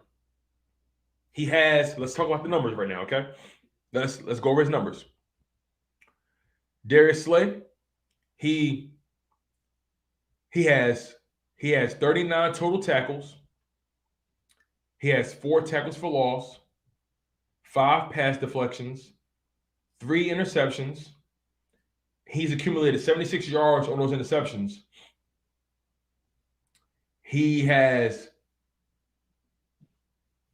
a pick 6. Actually, yeah, he has a pick 6. And he has 2 fumble recoveries, and returned both of them for a touchdown. So Darius Slay has accumulated 3 interceptions on the season, 3 touchdowns, 2 fumble recoveries, 5 pass deflections. Do you guys think Darius Slay is having a Pro Bowl caliber season? If not Pro Bowl, well, I'm sorry. Do you guys think he's having an All-Pro season? If not All-Pro, do you guys think he's having a Pro Bowl caliber season? Punani Slayer says Slay could be Defensive Player of the Year, in my opinion. Really? Wow. That's interesting. You know, a lot of, you still have to think about Trevon Diggs for the Dallas Cowboys. He had an amazing first 7 weeks of the season, but I don't know where he's been since then. But Trevon Diggs, you got to keep him on as well for the Cowboys. Christine, he says, hell yeah, top 10 for sure. Definitely a Pro Bowler. Better than that trash cornerback Trevon Diggs, whatever his name is. Hey, man, Trevon Diggs been having a good year, man. I mean, the past few weeks for the Cowboys haven't been good, but, he has fallen off a cliff. But other than that, he has accumulated, I think, like 7 interceptions through 7 games. Got to give him credit for that. I think he still leads the league in interceptions. Punani Slayers, or at least he's on the path. Michi says, yeah, he's having an All-Pro season. Okay. All right. Well, Kelly says, I think both. The production is there, and the tubs are as well, for sure, in my estimation. That's the interesting thing, right? He has more touchdowns than Jalen Reagor. That's sad, right? But it's not about Jalen Reagor.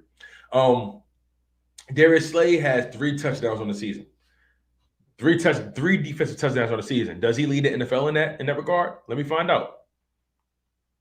Does he lead the NFL in defensive touchdowns?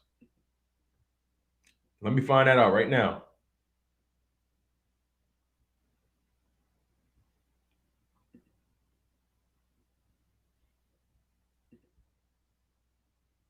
Let's find that out.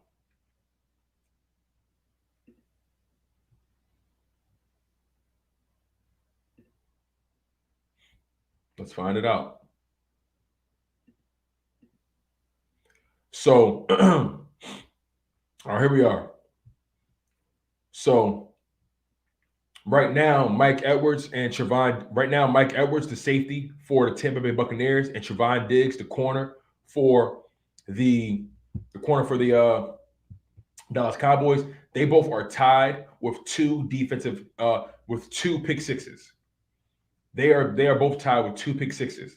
And Darius Slay, he has 1 pick 6, but a lot of guys have 1. So he's kind of middle of the pack when it comes to the pick 6. He has 1 pick 6, and pick 6s are hard to come by, but he has 1.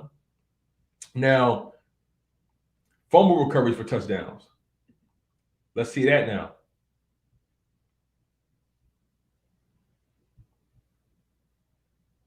Darius Slay, I believe.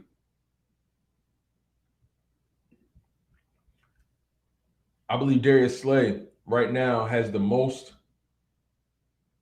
touchdowns on defense. I believe he does. He has 2 fumble recoveries for a touchdown, for 2 touchdowns, and he has the pick 6, so he has 3 touchdowns. That's big. That's big.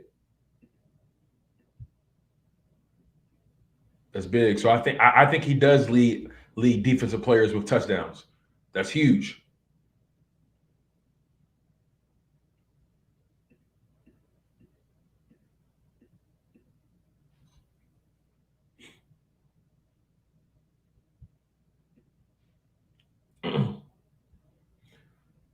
Will Kelly said, okay, I read that one already. My bad. Sean says he's definitely having a Pro Bowl year. All pro, man, possibly depending on the rest of the season, in my opinion. True. Now, if he continues to get interceptions, force turnovers, and score touchdowns, oh yeah, he might be all pro. Christine says Diggs' coverage is horrible. Slay has locked up so many star wide receivers. That's true. Darius Slay is having an amazing year in terms of coverage. He hasn't been allowing guys to do much of anything. He's having a better year this year than he did last year, without a doubt. But I think that was a transition year as well for him. Nasty Left Hook says Jordan Mailata going to maul somebody Sunday. That's a fact also. Jordan Mailata, that's another question. Let me ask that question too. Well, let me read this for Ryan Rowe before I ask that question. Ryan Rowe says Darius Slay is having a good Pro Bowl season. If he can lead in touchdown and passing yards, receiving, that might be good for the Eagles seasons. Hey, listen. Nasty Left Hook just brought up something to me. He says he hopes Jordan Mailata mauls somebody on Sunday, right? But now I have another question for you guys.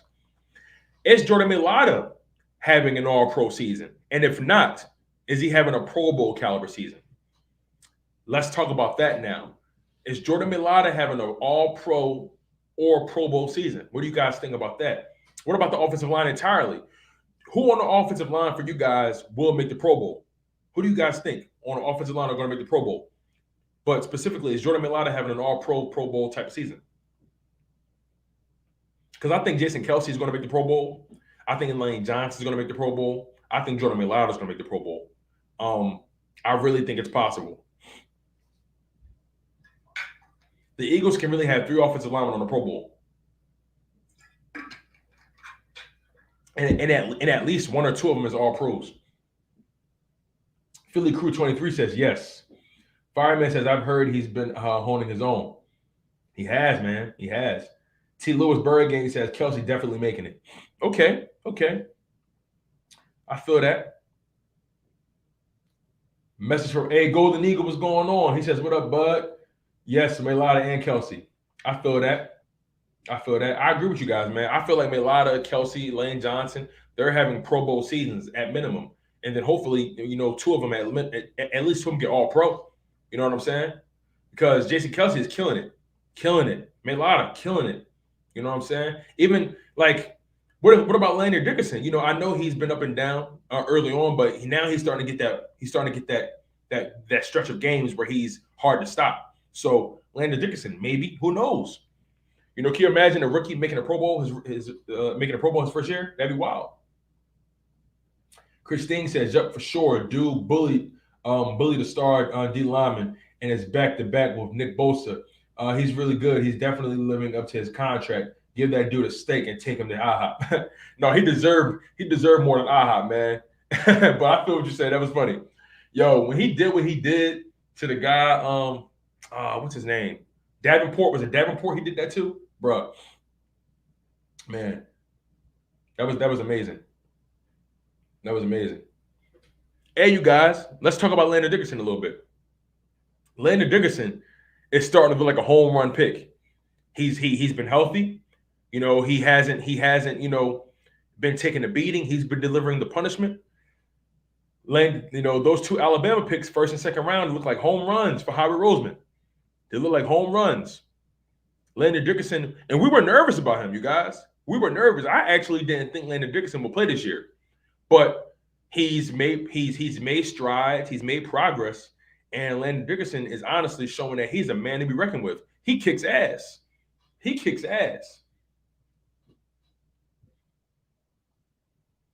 Will Kelly says he's good, but he won't get recognized for it. Yeah, you're right about that. He's too young, right? He's too young.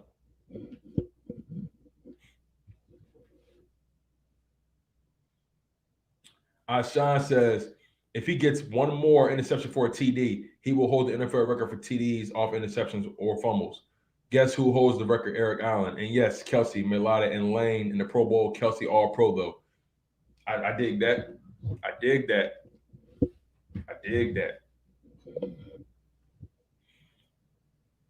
Greg Singh says the whole O-line is balling out due to the running game.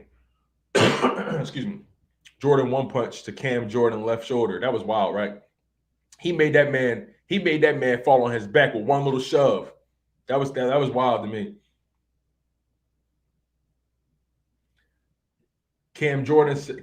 Christine says Cameron Jordan, I think that's his game. He forgot.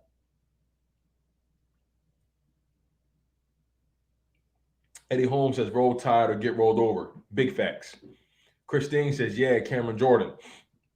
Yeah, I feel you, man. Like, this whole Eagles team has been so impressive. I've been impressed with Nick Sirianni's willingness to adapt and change. Um, I've been impressed with Jonathan Gannon dialing up the pressure. And I've been impressed with the fact that he recognized the weak link on his defense and he got rid of guys and he benched the guys and started guys. You know, I've I've been truly impressed with the way this coaching staff has been handling the adversity, and that's all you can ask for, especially from a rookie coaching staff. Most of this coaching staff is it's their first time being in positions of power. Nick Sirianni, his first time head coach. Jonathan Gannon, the first time coordinator. Shane Steichen, I believe this is his first time being an offensive coordinator as well. Um, you know, Michael Clay, first time being the special team coordinator. His special teams group has blocked kicks left and right. Also, he's had Jake Elliott, Aaron Sipos, you know what I'm saying, doing their thing, with kicking field goals and kicking punts respectively. You know, Jeff Stoutland has remained constant, for this team. I love what Jeff Stoutland has been doing with his offensive line. You know what I'm saying? Marquand Manuel. I think he's the DB coach. I'm just trying to make sure I'm not wrong. To make sure I'm not wrong.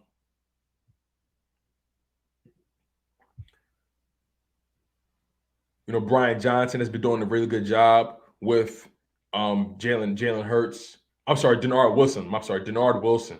Denard Wilson has been doing a good job with these DBs, especially Avonte Maddox. Tracy Rocker doing a pretty good job with these linemen. Nick Rallis has been doing an amazing job with Davion Taylor and TJ Edwards. You know what I'm saying? Aaron Moorhead has done a great job with helping Quez Watkins develop, helping Devontae Smith develop as well. Um, you know, things have been looking pretty well. Jamal Singleton doing an amazing job with the running backs, an amazing job, amazing. Kevin Patullo, he's been the passing coordinator. I like what he's done with getting things going into play action. Shane Steichen, I'm really proud of this coaching staff for really beginning to play to this team's strengths. I'm really happy for this. I'm really happy for this coach staff because things were looking shaky. We have to be honest. Things were looking very shaky, and we have to give credit to the coaching staff for recognizing the deficiencies of this team and beginning to flip the script. Let's be honest, you guys. It seems like this has been two separate seasons, two different teams entirely. This team is not the same team we saw those first 7 or 8 weeks. They're not the same squad. They play different. They play at a different speed. They play with a different level of aggression, a different mentality. They have a different moxie about them, a different swagger about them, a different confidence about them. The play calling, the sequencing has been extremely, extremely productive. We've been putting points on the board. We have to give credit to this coaching staff, man. They were looking suspect. Let's call a spade a spade. They were looking very suspect early on, and they've done an amazing job at flipping the script. They've done an amazing job, man. An amazing job.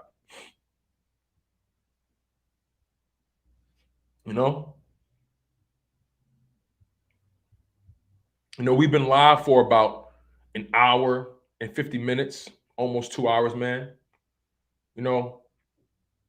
I'm really curious about. I'm debating about doing a call in at some point. We got 24 people in this live stream. You guys have been going really hard, man. Really appreciate you guys as always. Like, this content game is so fun for me. You guys make this thing fun as well. It feels good to be an Eagles fan right now. It just feels good, man. And if there's no group of people I would much rather experience it with.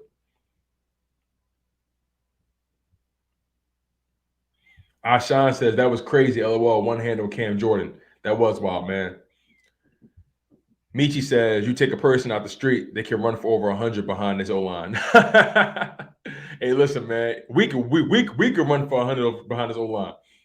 Christine, he says I have a good question. You think we should keep Howie or no? Some people want to keep him because what he's been doing this year, but I don't know. Well, look, we have to be honest, right?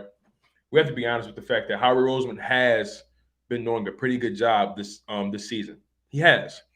Just how we give him credit for the shitty decisions, we have to give him credit for the good decisions.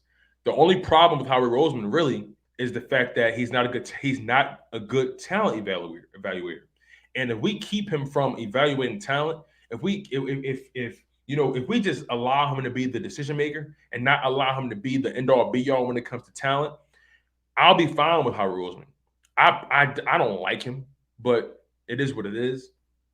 But I do like what he does in certain situations when it comes to maneuvering with the cap and trades and getting draft picks. We got to acknowledge the fact that he got his 3 first-round draft picks this year. That's amazing. But as long as he's not the end all be all when it comes to evaluating the talent, especially in the draft, I think I can live with Howie Roseman being here. Once again, I'll say it and I'll repeat it just so everyone doesn't get it twisted. I do not trust Howie Roseman when it comes to evaluating talent, but I do like how he's been maneuvering this past off season and this season as well. I like it. Sean says, "Hell yeah, go." Will Kelly says Avonte Maddox should be considered 2 for Pro Bowl or All Pro. I don't know about All Pro, but Pro Bowl maybe. He's been a great slot corner. He's been great. Eddie Holmes says, "Got to go, bro. Enjoyed the talk from here in Arizona. Have a good one, man. Thank you so much, Eddie, for locking in from Arizona, bro. Truly appreciate you for committing to me for being so far away. Really appreciate you, my man. Shout out to Eddie, man, for holding it down in Arizona." Sean says, "Yeah, Maddox should go to the Pro Bowl." Okay, I like it, y'all. Christine says, "Agree. Maddox should make the Pro Bowl. He's been really good on the slot." Facts. Fireman says, "One thing I want for Hurts is for him to just start ripping passes vertically and not be so hesitant. That's another element for the Eagles' offense to be unstoppable." That's a good point. He has to throw with more anticipation and he has to trust his arm. But I think that comes with maturity. It comes with growth. It comes with reading, understanding defenses and reading corners. And I think he has to improve with his eyes. Sometimes he gives things away with his eyes a little too soon, but he has been doing an amazing job with his development these past few weeks. You see him developing, not just as a passer, but you see him developing with his footwork. You see him developing.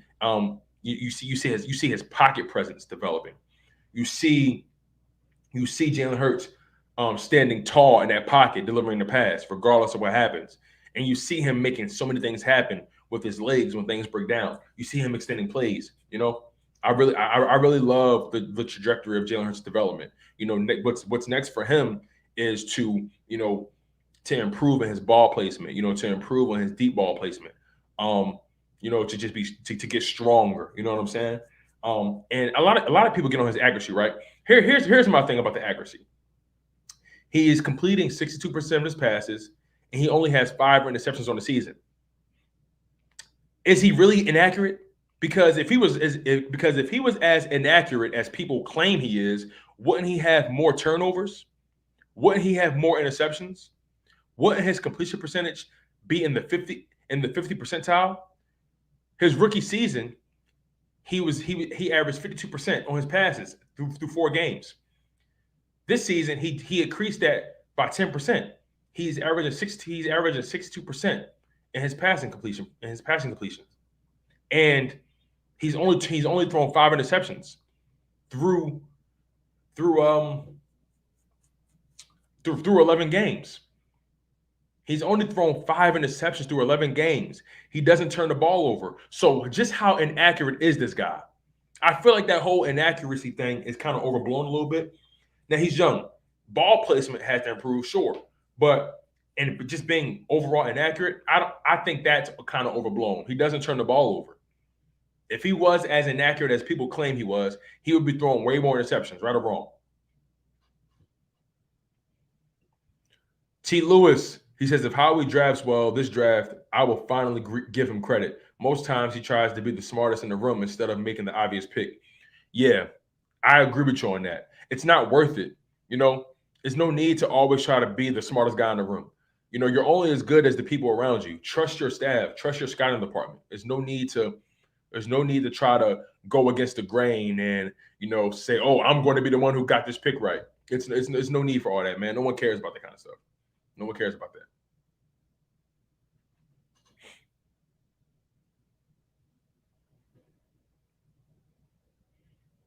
Christine says, I think the reason he's doing good is because his job is on the line. And we know damn well he's not going to get another job in another team because of what he did these past draft years. I understand what you're saying, man. But when you think about the draft history these past few years, you know, let's just think about it from 2017 wasn't really a great year. 2017 was a terrible year as far as the draft, honestly. Only one of those guys panned out, and he's not going to be on this team next year, and that's Derek Barnett. So, let's start from 2016. Let's do that. Let's start from when we got Carson Wentz. He drafted Carson Wentz, which was a good pick. He drafted Isaac Samalu, which was a good pick. He drafted Wendell Smallwood, which was a fair pick. Wendell did what he could for us. He drafted Big V, which was a good pick. Came in big time in that Super Bowl run. He drafted Blake Countess, not a good pick. He drafted Jalen Mills, an all right pick. Jalen Mills had a big year, that Super Bowl year, but was still not really the best. He drafted Alex McAllister, not a good pick. He drafted Joe Walker, not a good pick. Now, 2017, he drafted Derek Barnett. That was a decent pick, but he's not going to be here next year because he hasn't really given us the return on that investment, in my humble opinion. And he's just a bonehead. But he has accumulated 21 sacks since being drafted in the NFL. I expected more from him, especially someone who broke Reggie White's sack record at Tennessee. We drafted Sidney Jones. That wasn't a good pick. Rasul Douglas, not a good pick. Mac Hollins, not a good pick. Donnell Pumphrey, not a good pick. Shelton Gibson, not a good pick. Nathan Gary, a terrible pick. Elijah Quails, not a good pick at all. Don't even know where he is now. Then 2018, this is where he starts to get it together a little bit. 2018 was one of his best drafts. He drafted Dallas Goedert, who we just extended. We drafted Avonte Maddox, who we just extended. Josh Sweat, who we just extended. Drafted Matt Pryor, who we ended up trading for some draft capital. And then he drafted Jordan Mailata, our left tackle for the next 10 to 15 years. And we've extended him as well.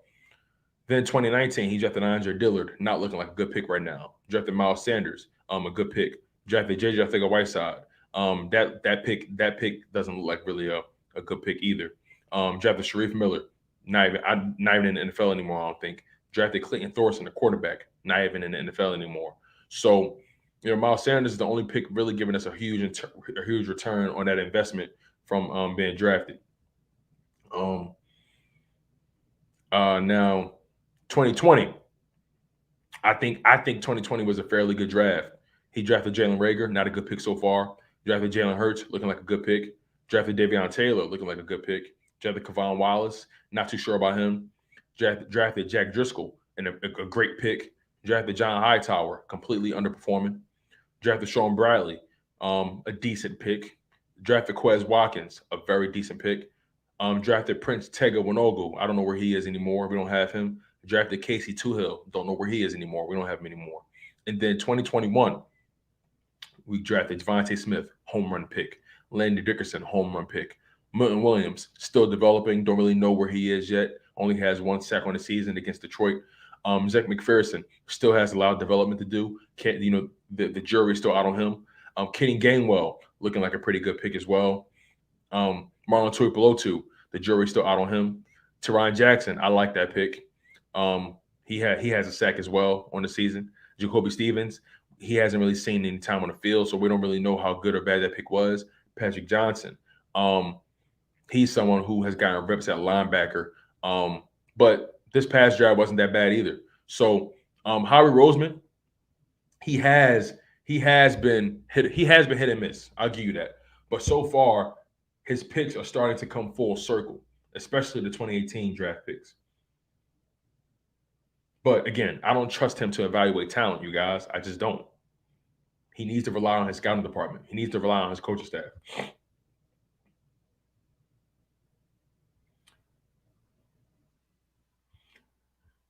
Michi says one thing needs to work is timing, because timing comes with accuracy, and he's getting better on footwork.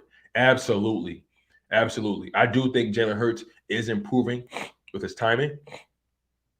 I think he's also improving with footwork as well. Will Kelly says the only concern to me comes to play with his scrambling and look downfield for open receivers. Yeah. My only concern is I don't want him to start taking big hits, because eventually those hits add up, and I don't want him to get put in situations where he's getting carted off the field. I don't want that. But Jalen Hurts, he's improving. The bottom line is Jalen Hurts is a better quarterback than he was in week 1, week 2. At this point in the season, he's significantly better. I believe they cut back on his pass attempts, so they can get a better, so he can get be sharper, and rely on the running game. The running game is there for a reason. The running game is there to help the quarterback. There's no need for you to be so hard headed to think that you have to pass 40 times a game and only run the ball 15, 20 times a game. No. There was a point in time in the season where we were passing the ball about 63%, 65% of the time, and then we were running the ball only about 35% of the time. Now we flipped that. We're running the ball above 60% of the time, and we're only passing about 30 to 40% of the time. You feel what I'm saying? So this is a good balance right now. This is a good balance right now. Christine says, "Wait, why did we waive Trevon Grimes? Forgot his name, the wide receiver." No, you're right, Trevon Grimes. We waived him. I'm not sure why, but we waived him when he got hurt. I kind of felt like they should have gave him another chance. I don't know where Trevon Grimes is right now, but I think he's still dealing with an injury. Darius H, what's going on, my man? He says the leading fumbler on the team isn't a running back. Correct me if I'm wrong. Interesting. Let me see. Let me find that out for you. So Jalen Hurts has fumbled the ball 3 times this season, but he only lost 1 of them. So Jalen Hurts technically only turned the ball over 6 times. 6 times. And Miles Sanders has only fumbled once on the season, and he lost that fumble. Kenny Gainwell fumbled once on the season, and he lost that fumble as well. Devontae Smith fumbled once. Dallas Goedert fumbled once, but Dallas Goedert didn't lose his. Devontae Smith lost his. So on the entire year, you guys, we fumbled the ball 6 times and only lost it 1 time, which is not bad. That's not bad at all, you guys. The numbers are showing that this team does pretty well with ball security. This team has not turned the ball over. We won the turnover battle for the better part of this season, and I actually think that's why this team is still in the hunt for a playoff spot, because we haven't shot ourselves in the foot when it comes to turning the ball over. You know what I'm saying? Jalen Hurts has 13 passing touchdowns to 5 interceptions, and he has 8 rushing touchdowns to 3 fumbles, 8 touchdowns to 1 fumble loss.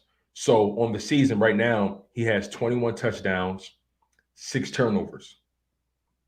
Not bad. Not bad. What do you guys think about that? What do you guys think about that? So far on the season, Jalen Hurts has accumulated 21 touchdowns to 6 turnovers. That's not that bad to me. He's and yes, he has fumbled the ball 3 times, but he only lost 1 fumble. And I count lost fumbles. You know what I'm saying? If you get that ball back, all is forgiven.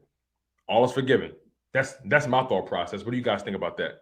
21 touchdowns, 21 total touchdowns to only 6 turnovers.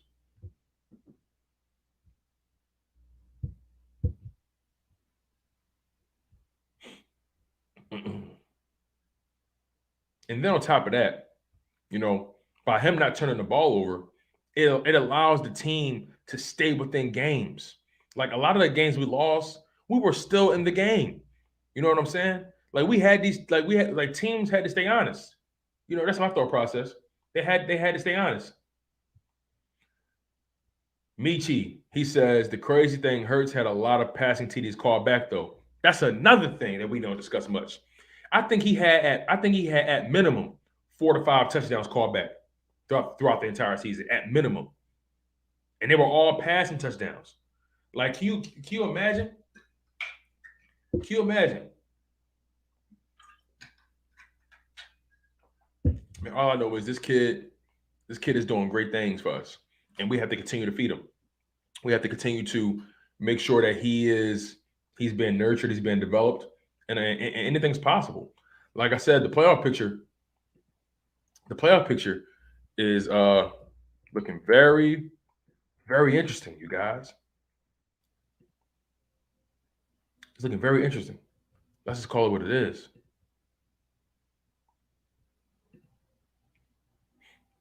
Let's just call it what it is.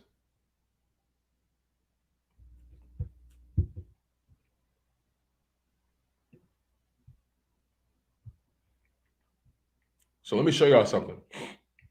Let me show y'all something. Now, this is what I like to see. Let me show y'all something real quick. Because this is where things get interesting. You know, we need to see how the matchups are going to look, for this coming playoffs, especially if we get in. Let me read these real quick. Michi says about nine of passing TDs called back. If those plays stand, Hurts could be in the Pro Bowl conversation. That's a fact, man. That's a fact. Christine says, you think we should trade Reagor and a couple picks, like a third rounder or a second rounder for A-Rob or nah? I don't think any team will take Jalen Reagor, man. I don't know, man. But I think that'd be cool to have Allen Robinson. I think he'd be a great complementary to Devontae Smith. Will Kelly says protecting it better than Wentz. You're absolutely right. Wentz still has fumble problems. As a matter of fact, let me double check. I'm curious now. I'm really curious now.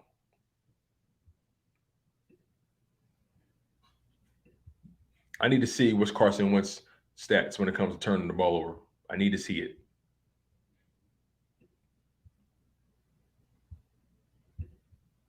All right, here we are.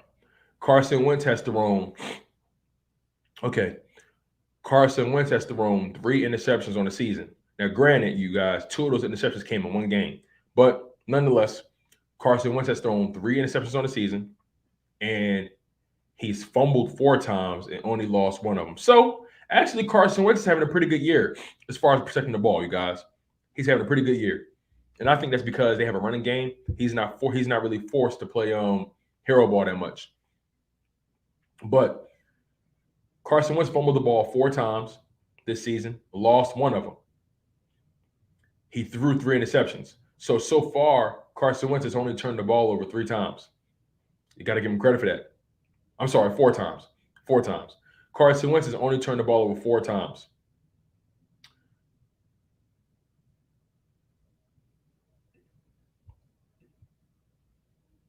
Four times to Jalen Hurts' 6. So he is technically protecting the ball a little better from a numbers perspective. But 4 turnovers to 6 turnovers, it's not really a drastic disparity. You know what I'm saying? That's not really drastic. But Carson Wentz has taken care of the ball this year. But in years past, Carson Wentz has not taken care of the ball for us. And that's just the way it has been. But Jalen Hurts, 6 turnovers on the season. Carson Wentz has 4 turnovers on the season. So they're both doing a great job, respectively, protecting the ball and keeping their team within ball games. But I want to show you guys this playoff picture because I want you guys to look at these matchups. Things are going to be interesting, man, and I'm excited for playoffs. I'm not missing a game. I can't wait. Look at these scenarios.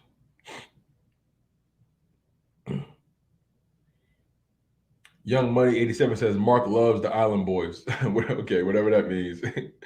All right, so look at this playoff picture, you guys. Look at this. So This is what it's looking like right now.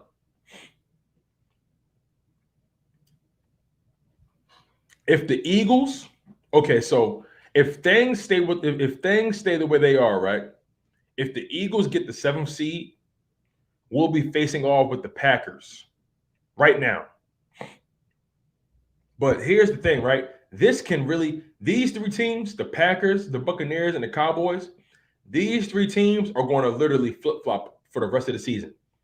These three teams are going to flip flop because I believe the Packers play. Who did the Packers play this week? Who did the Packers play this week?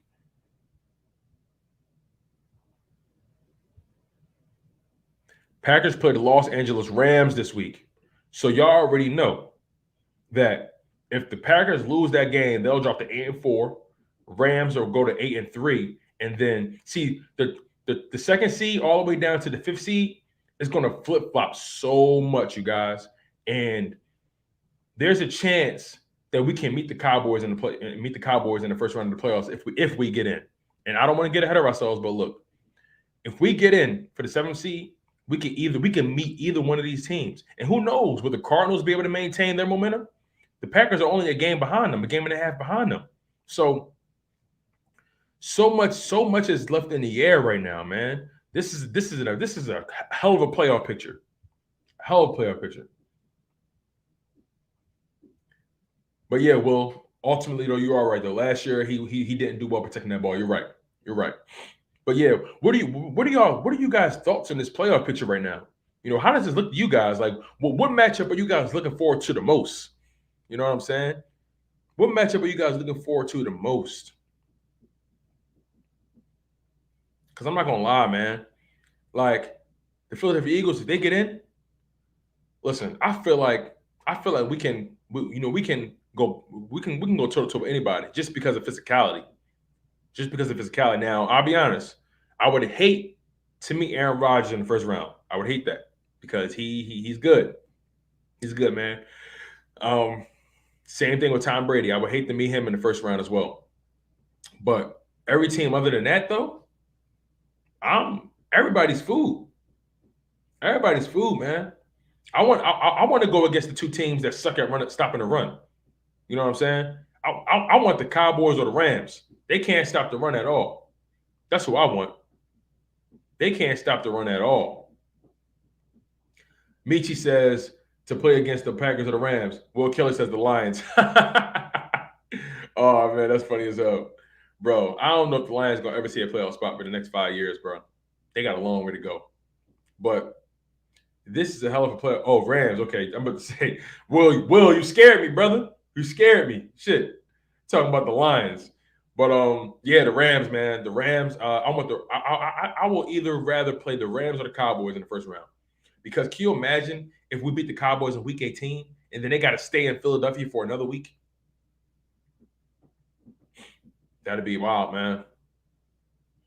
That'd be wild. That'd be insane, man. I would love to play the Cowboys 2 weeks in a row. I would love it.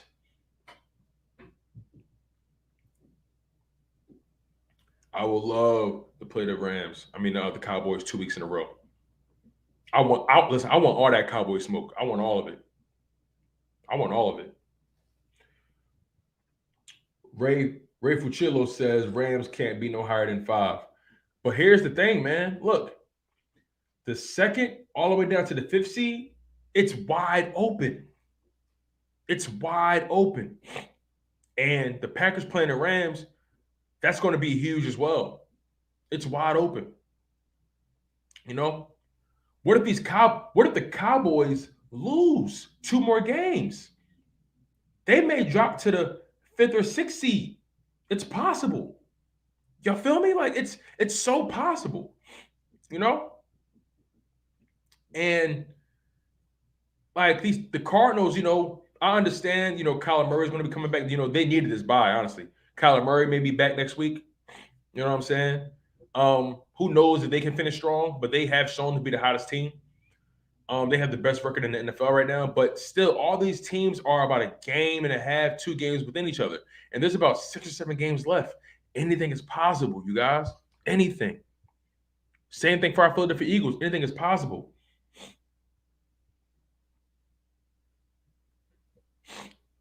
Will Kelly says, us against Brady for revenge. He also Sticks Green says Tampa can't stop the run. I heard about, man, these teams. A lot of these teams that are higher seeds, they can't stop the run. Like the Cowboys, the Buccaneers, the Rams, they can't stop the run. Roy Fucillo says, well, is it Ray or Roy? Yeah, Ray, my bad. Ray says no second to four. Ray says Arizona is leader, and Arizona is a leader in the division. You're right. You're right, man. But look, if the Rams beat the Packers, they go 8-3. And if the Cardinals lose a game or two, who knows, man? Like it's not. None of this is locked in. None of this is a foregone conclusion. Ivan Mims, my guy, he says, "What up, bro? Me and my lady going to the game. We stand in Jersey, but on the way to Philly now to see fam and go to Max's for a cheesesteak." Max's got the best cheesesteaks in the city to me. I love Max's cheesesteaks, bro. That's what's up, man. Enjoy your Saturday with the family, bro. Eat a Max's cheesesteak for me, my guy. Go take care of business. Go take care of business. Welcome to Philly, my guy. Welcome. But you know what, you guys, look, we've been live. We've been live for what? Over 2 hours. You guys been in here strong. You guys been like, we got 26 people on the live stream still, man. I kind of don't want to get off. You know what I'm saying? Like I feel like there's so much to discuss still. Like, you know what I mean? But look, you guys have truly like made this Saturday amazing. I love chopping it up with you guys. You guys, like, I get so emotional about this because you guys believe in me. You guys believe in the content I'm putting out. You guys believe in my mind, my passion, my spirit. You know, you guys have truly made this Saturday one of my best live streams I've ever had. And I'm just so humbled by the support. I'm so humbled by the love you guys have provided to me throughout this time. You know, like Rock said, "Don't get off, bro. I enjoy your content." Hey, man, look, you like clippy tunes, flag was fly, my man. Oh man, you guys are. I love it, man. You guys are amazing. Like, this is the love is so dope. Make sure you guys also go check out Rock the Artist. He's also an Eagles content creator. He's up and coming like myself. Go lock in on him, man. He's a pretty good creator, man. He's growing just like myself, man. Go shout out to Rock the Artist. He's always showing me mad love. So I gotta put the energy out there, man. Will Kelly says, "Tone, I'm still waiting for you and LB to do something, bro." Hey, listen, man. I've been trying to set something up with LB, but our schedules have been conflicting. You know what I'm saying? Then LB got a family. He got children. He got a wife. I'm married. I got a wife as well. So I don't have any children though. But the thing is, our schedules have been conflicting, and he's a busy guy. He works hard, and we're gonna do something. I'm gonna try to get something done with him this week. I'm going to shoot a text to him actually today, and see if we can set something up, lock something in for this week. You know what I'm saying? LB is one of the hottest out here doing it, man. Truly. So shout out to LB, man. Shout out to LB. But Will Kelly, it's coming, bro. You've been one of the guys that have been motivating me to get that LB collab done. So I'm definitely going to get that done for you, my man. I appreciate you for supporting me, holding me down, being loyal to the soil, locking in. I'm grateful, my guy. I'm grateful. I'm grateful for you guys, man. Shout out to Daniel Belfield. Shout out to Eagle Slayer. Shout out to Rock the Artist, Ivan Mills, Ray Fucillo, Sticks Green. You know what I'm saying? Shout out to the Goat Michi. Shout out to Young Money 87. Shout out to Chris Sting. Shout out to Darius H. You know what I'm saying? Shout out to Fireman 2531. Shout out to T. Lewis Bird Gang. Who else, man? Shout out to Eddie Holmes. Shout out to I Shine. You know what I'm saying? Who else? Shout out to Rex Siang. Shout out to Ryan Rowe. Shout out to Message from a Golden Eagle. Shout out to Philly Crew 23. Shout out to Punani Slayer. That's a funny name. I'm always laughing when I say it. Shout out to my man Joey Shakes, Ishmael Rodriguez. Shout out to Blue City Empire Sports for locking in, even though he's a Giants fan. Shout out to East Camden for life. Who else? Shout out to Imran Fazal. Shout out to D. Aldridge Bergang for life. Shout out to Richie Mack. Shout out to Escape the Night. Shout out to Cameron Holmes. Shout out to Anthony Chavez. Who else, man? There's so many of you guys have been rocking. So many. Shout out to Paul 44. Ishmael Rodriguez. Jeremiah Butler, my guy. J Bug. Who else, man? So many of you guys. Like, it's just so many. Like, I don't want to miss anybody. I want to shout out everybody that's been locking in on this live stream, you guys. J Bug with the $1.99 super chat. Shout out to him, for supporting the live stream as well. Who else, man? Shout out to Nina Austin. Nina Austin always supports the content. She's an amazing person as well. You guys just been so dope about all this, man. You guys been dope.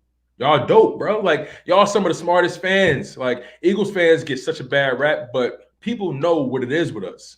I feel like we intimidate other fan bases. I feel like we intimidate mainstream media because they know we hold people accountable. Sometimes I watch some of these mainstream media guys and the way they talk about the team, and I'm like, wow, y'all really don't know what y'all talking about. And it's all respect, it's all love at the end of the day, man. Because listen, those guys inspire me to put out dope content. You guys inspire me to put out dope content. Other Eagles content creators, other Sixers content creators, other content creators in general, all the content creators that cover their respective teams, they motivate me, man. They motivate me to be better, to be stronger, to be more passionate. To give you guys my my analysis. The way I see things. I really appreciate you guys, man. Like, I think it's important that when we're doing this content stuff, it's important to show love to the people that show love to us. You know what I'm saying? Like, it's you guys are the coal in this locomotive. You guys are the engine. You know what I'm saying? You guys are the gas in this vehicle that we're driving. And I'm grateful for it, man. I'm grateful. I'm super grateful, man. As always.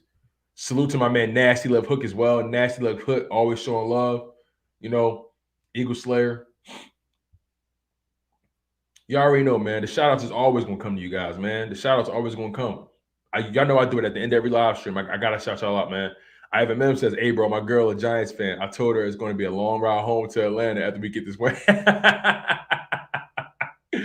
Oh my goodness, bro. I hope we better win this game. We better win this game. Otherwise, it's gonna be a long home. It's gonna be a long ride home for you. And I'm pretty sure she's making you drive. So that's gonna be the icing on the cake. So be humble, Ivan. Don't put your foot in your mouth, man. Enjoy your cheesesteak. Nasty Love Hook says this one lady rolled her eyes when asked if the Eagles can make the playoffs. I wanted to slap her. He wanted to hit her with that Nasty Love Hook. Oh man, he said those TV show hosts don't know what they're talking about, man. But listen, some guys I respect. I respect a good take when I hear it. But a lot of the time it's scripted. You know what I'm saying? Most of the time those guys are just saying what they're told. But I do respect a good take. I'll say that much. I don't care who you are. I don't care who you work for, who you support. I respect a good honest take. You know what I'm saying? And that's the one thing I try to give you guys with this content. I try to give you guys good, honest takes. And that's all I really have for you guys, man. But look, I'm about to get out of here. I love you guys so much. You guys have truly humbled me as always. You guys keep me honest. You guys have always supported the content, man. So look, you already know how we get down at the Chalk Zone. You guys were tuned in to Chalk It Up Sports Philly with your guy, Tones the Shields II, where no matter if we win or if we lose, we just got to charge it to the game. One love, stay humble, stay healthy, and most importantly, stay hungry. Fly Eagles fly, and let's go kick some Giants ass.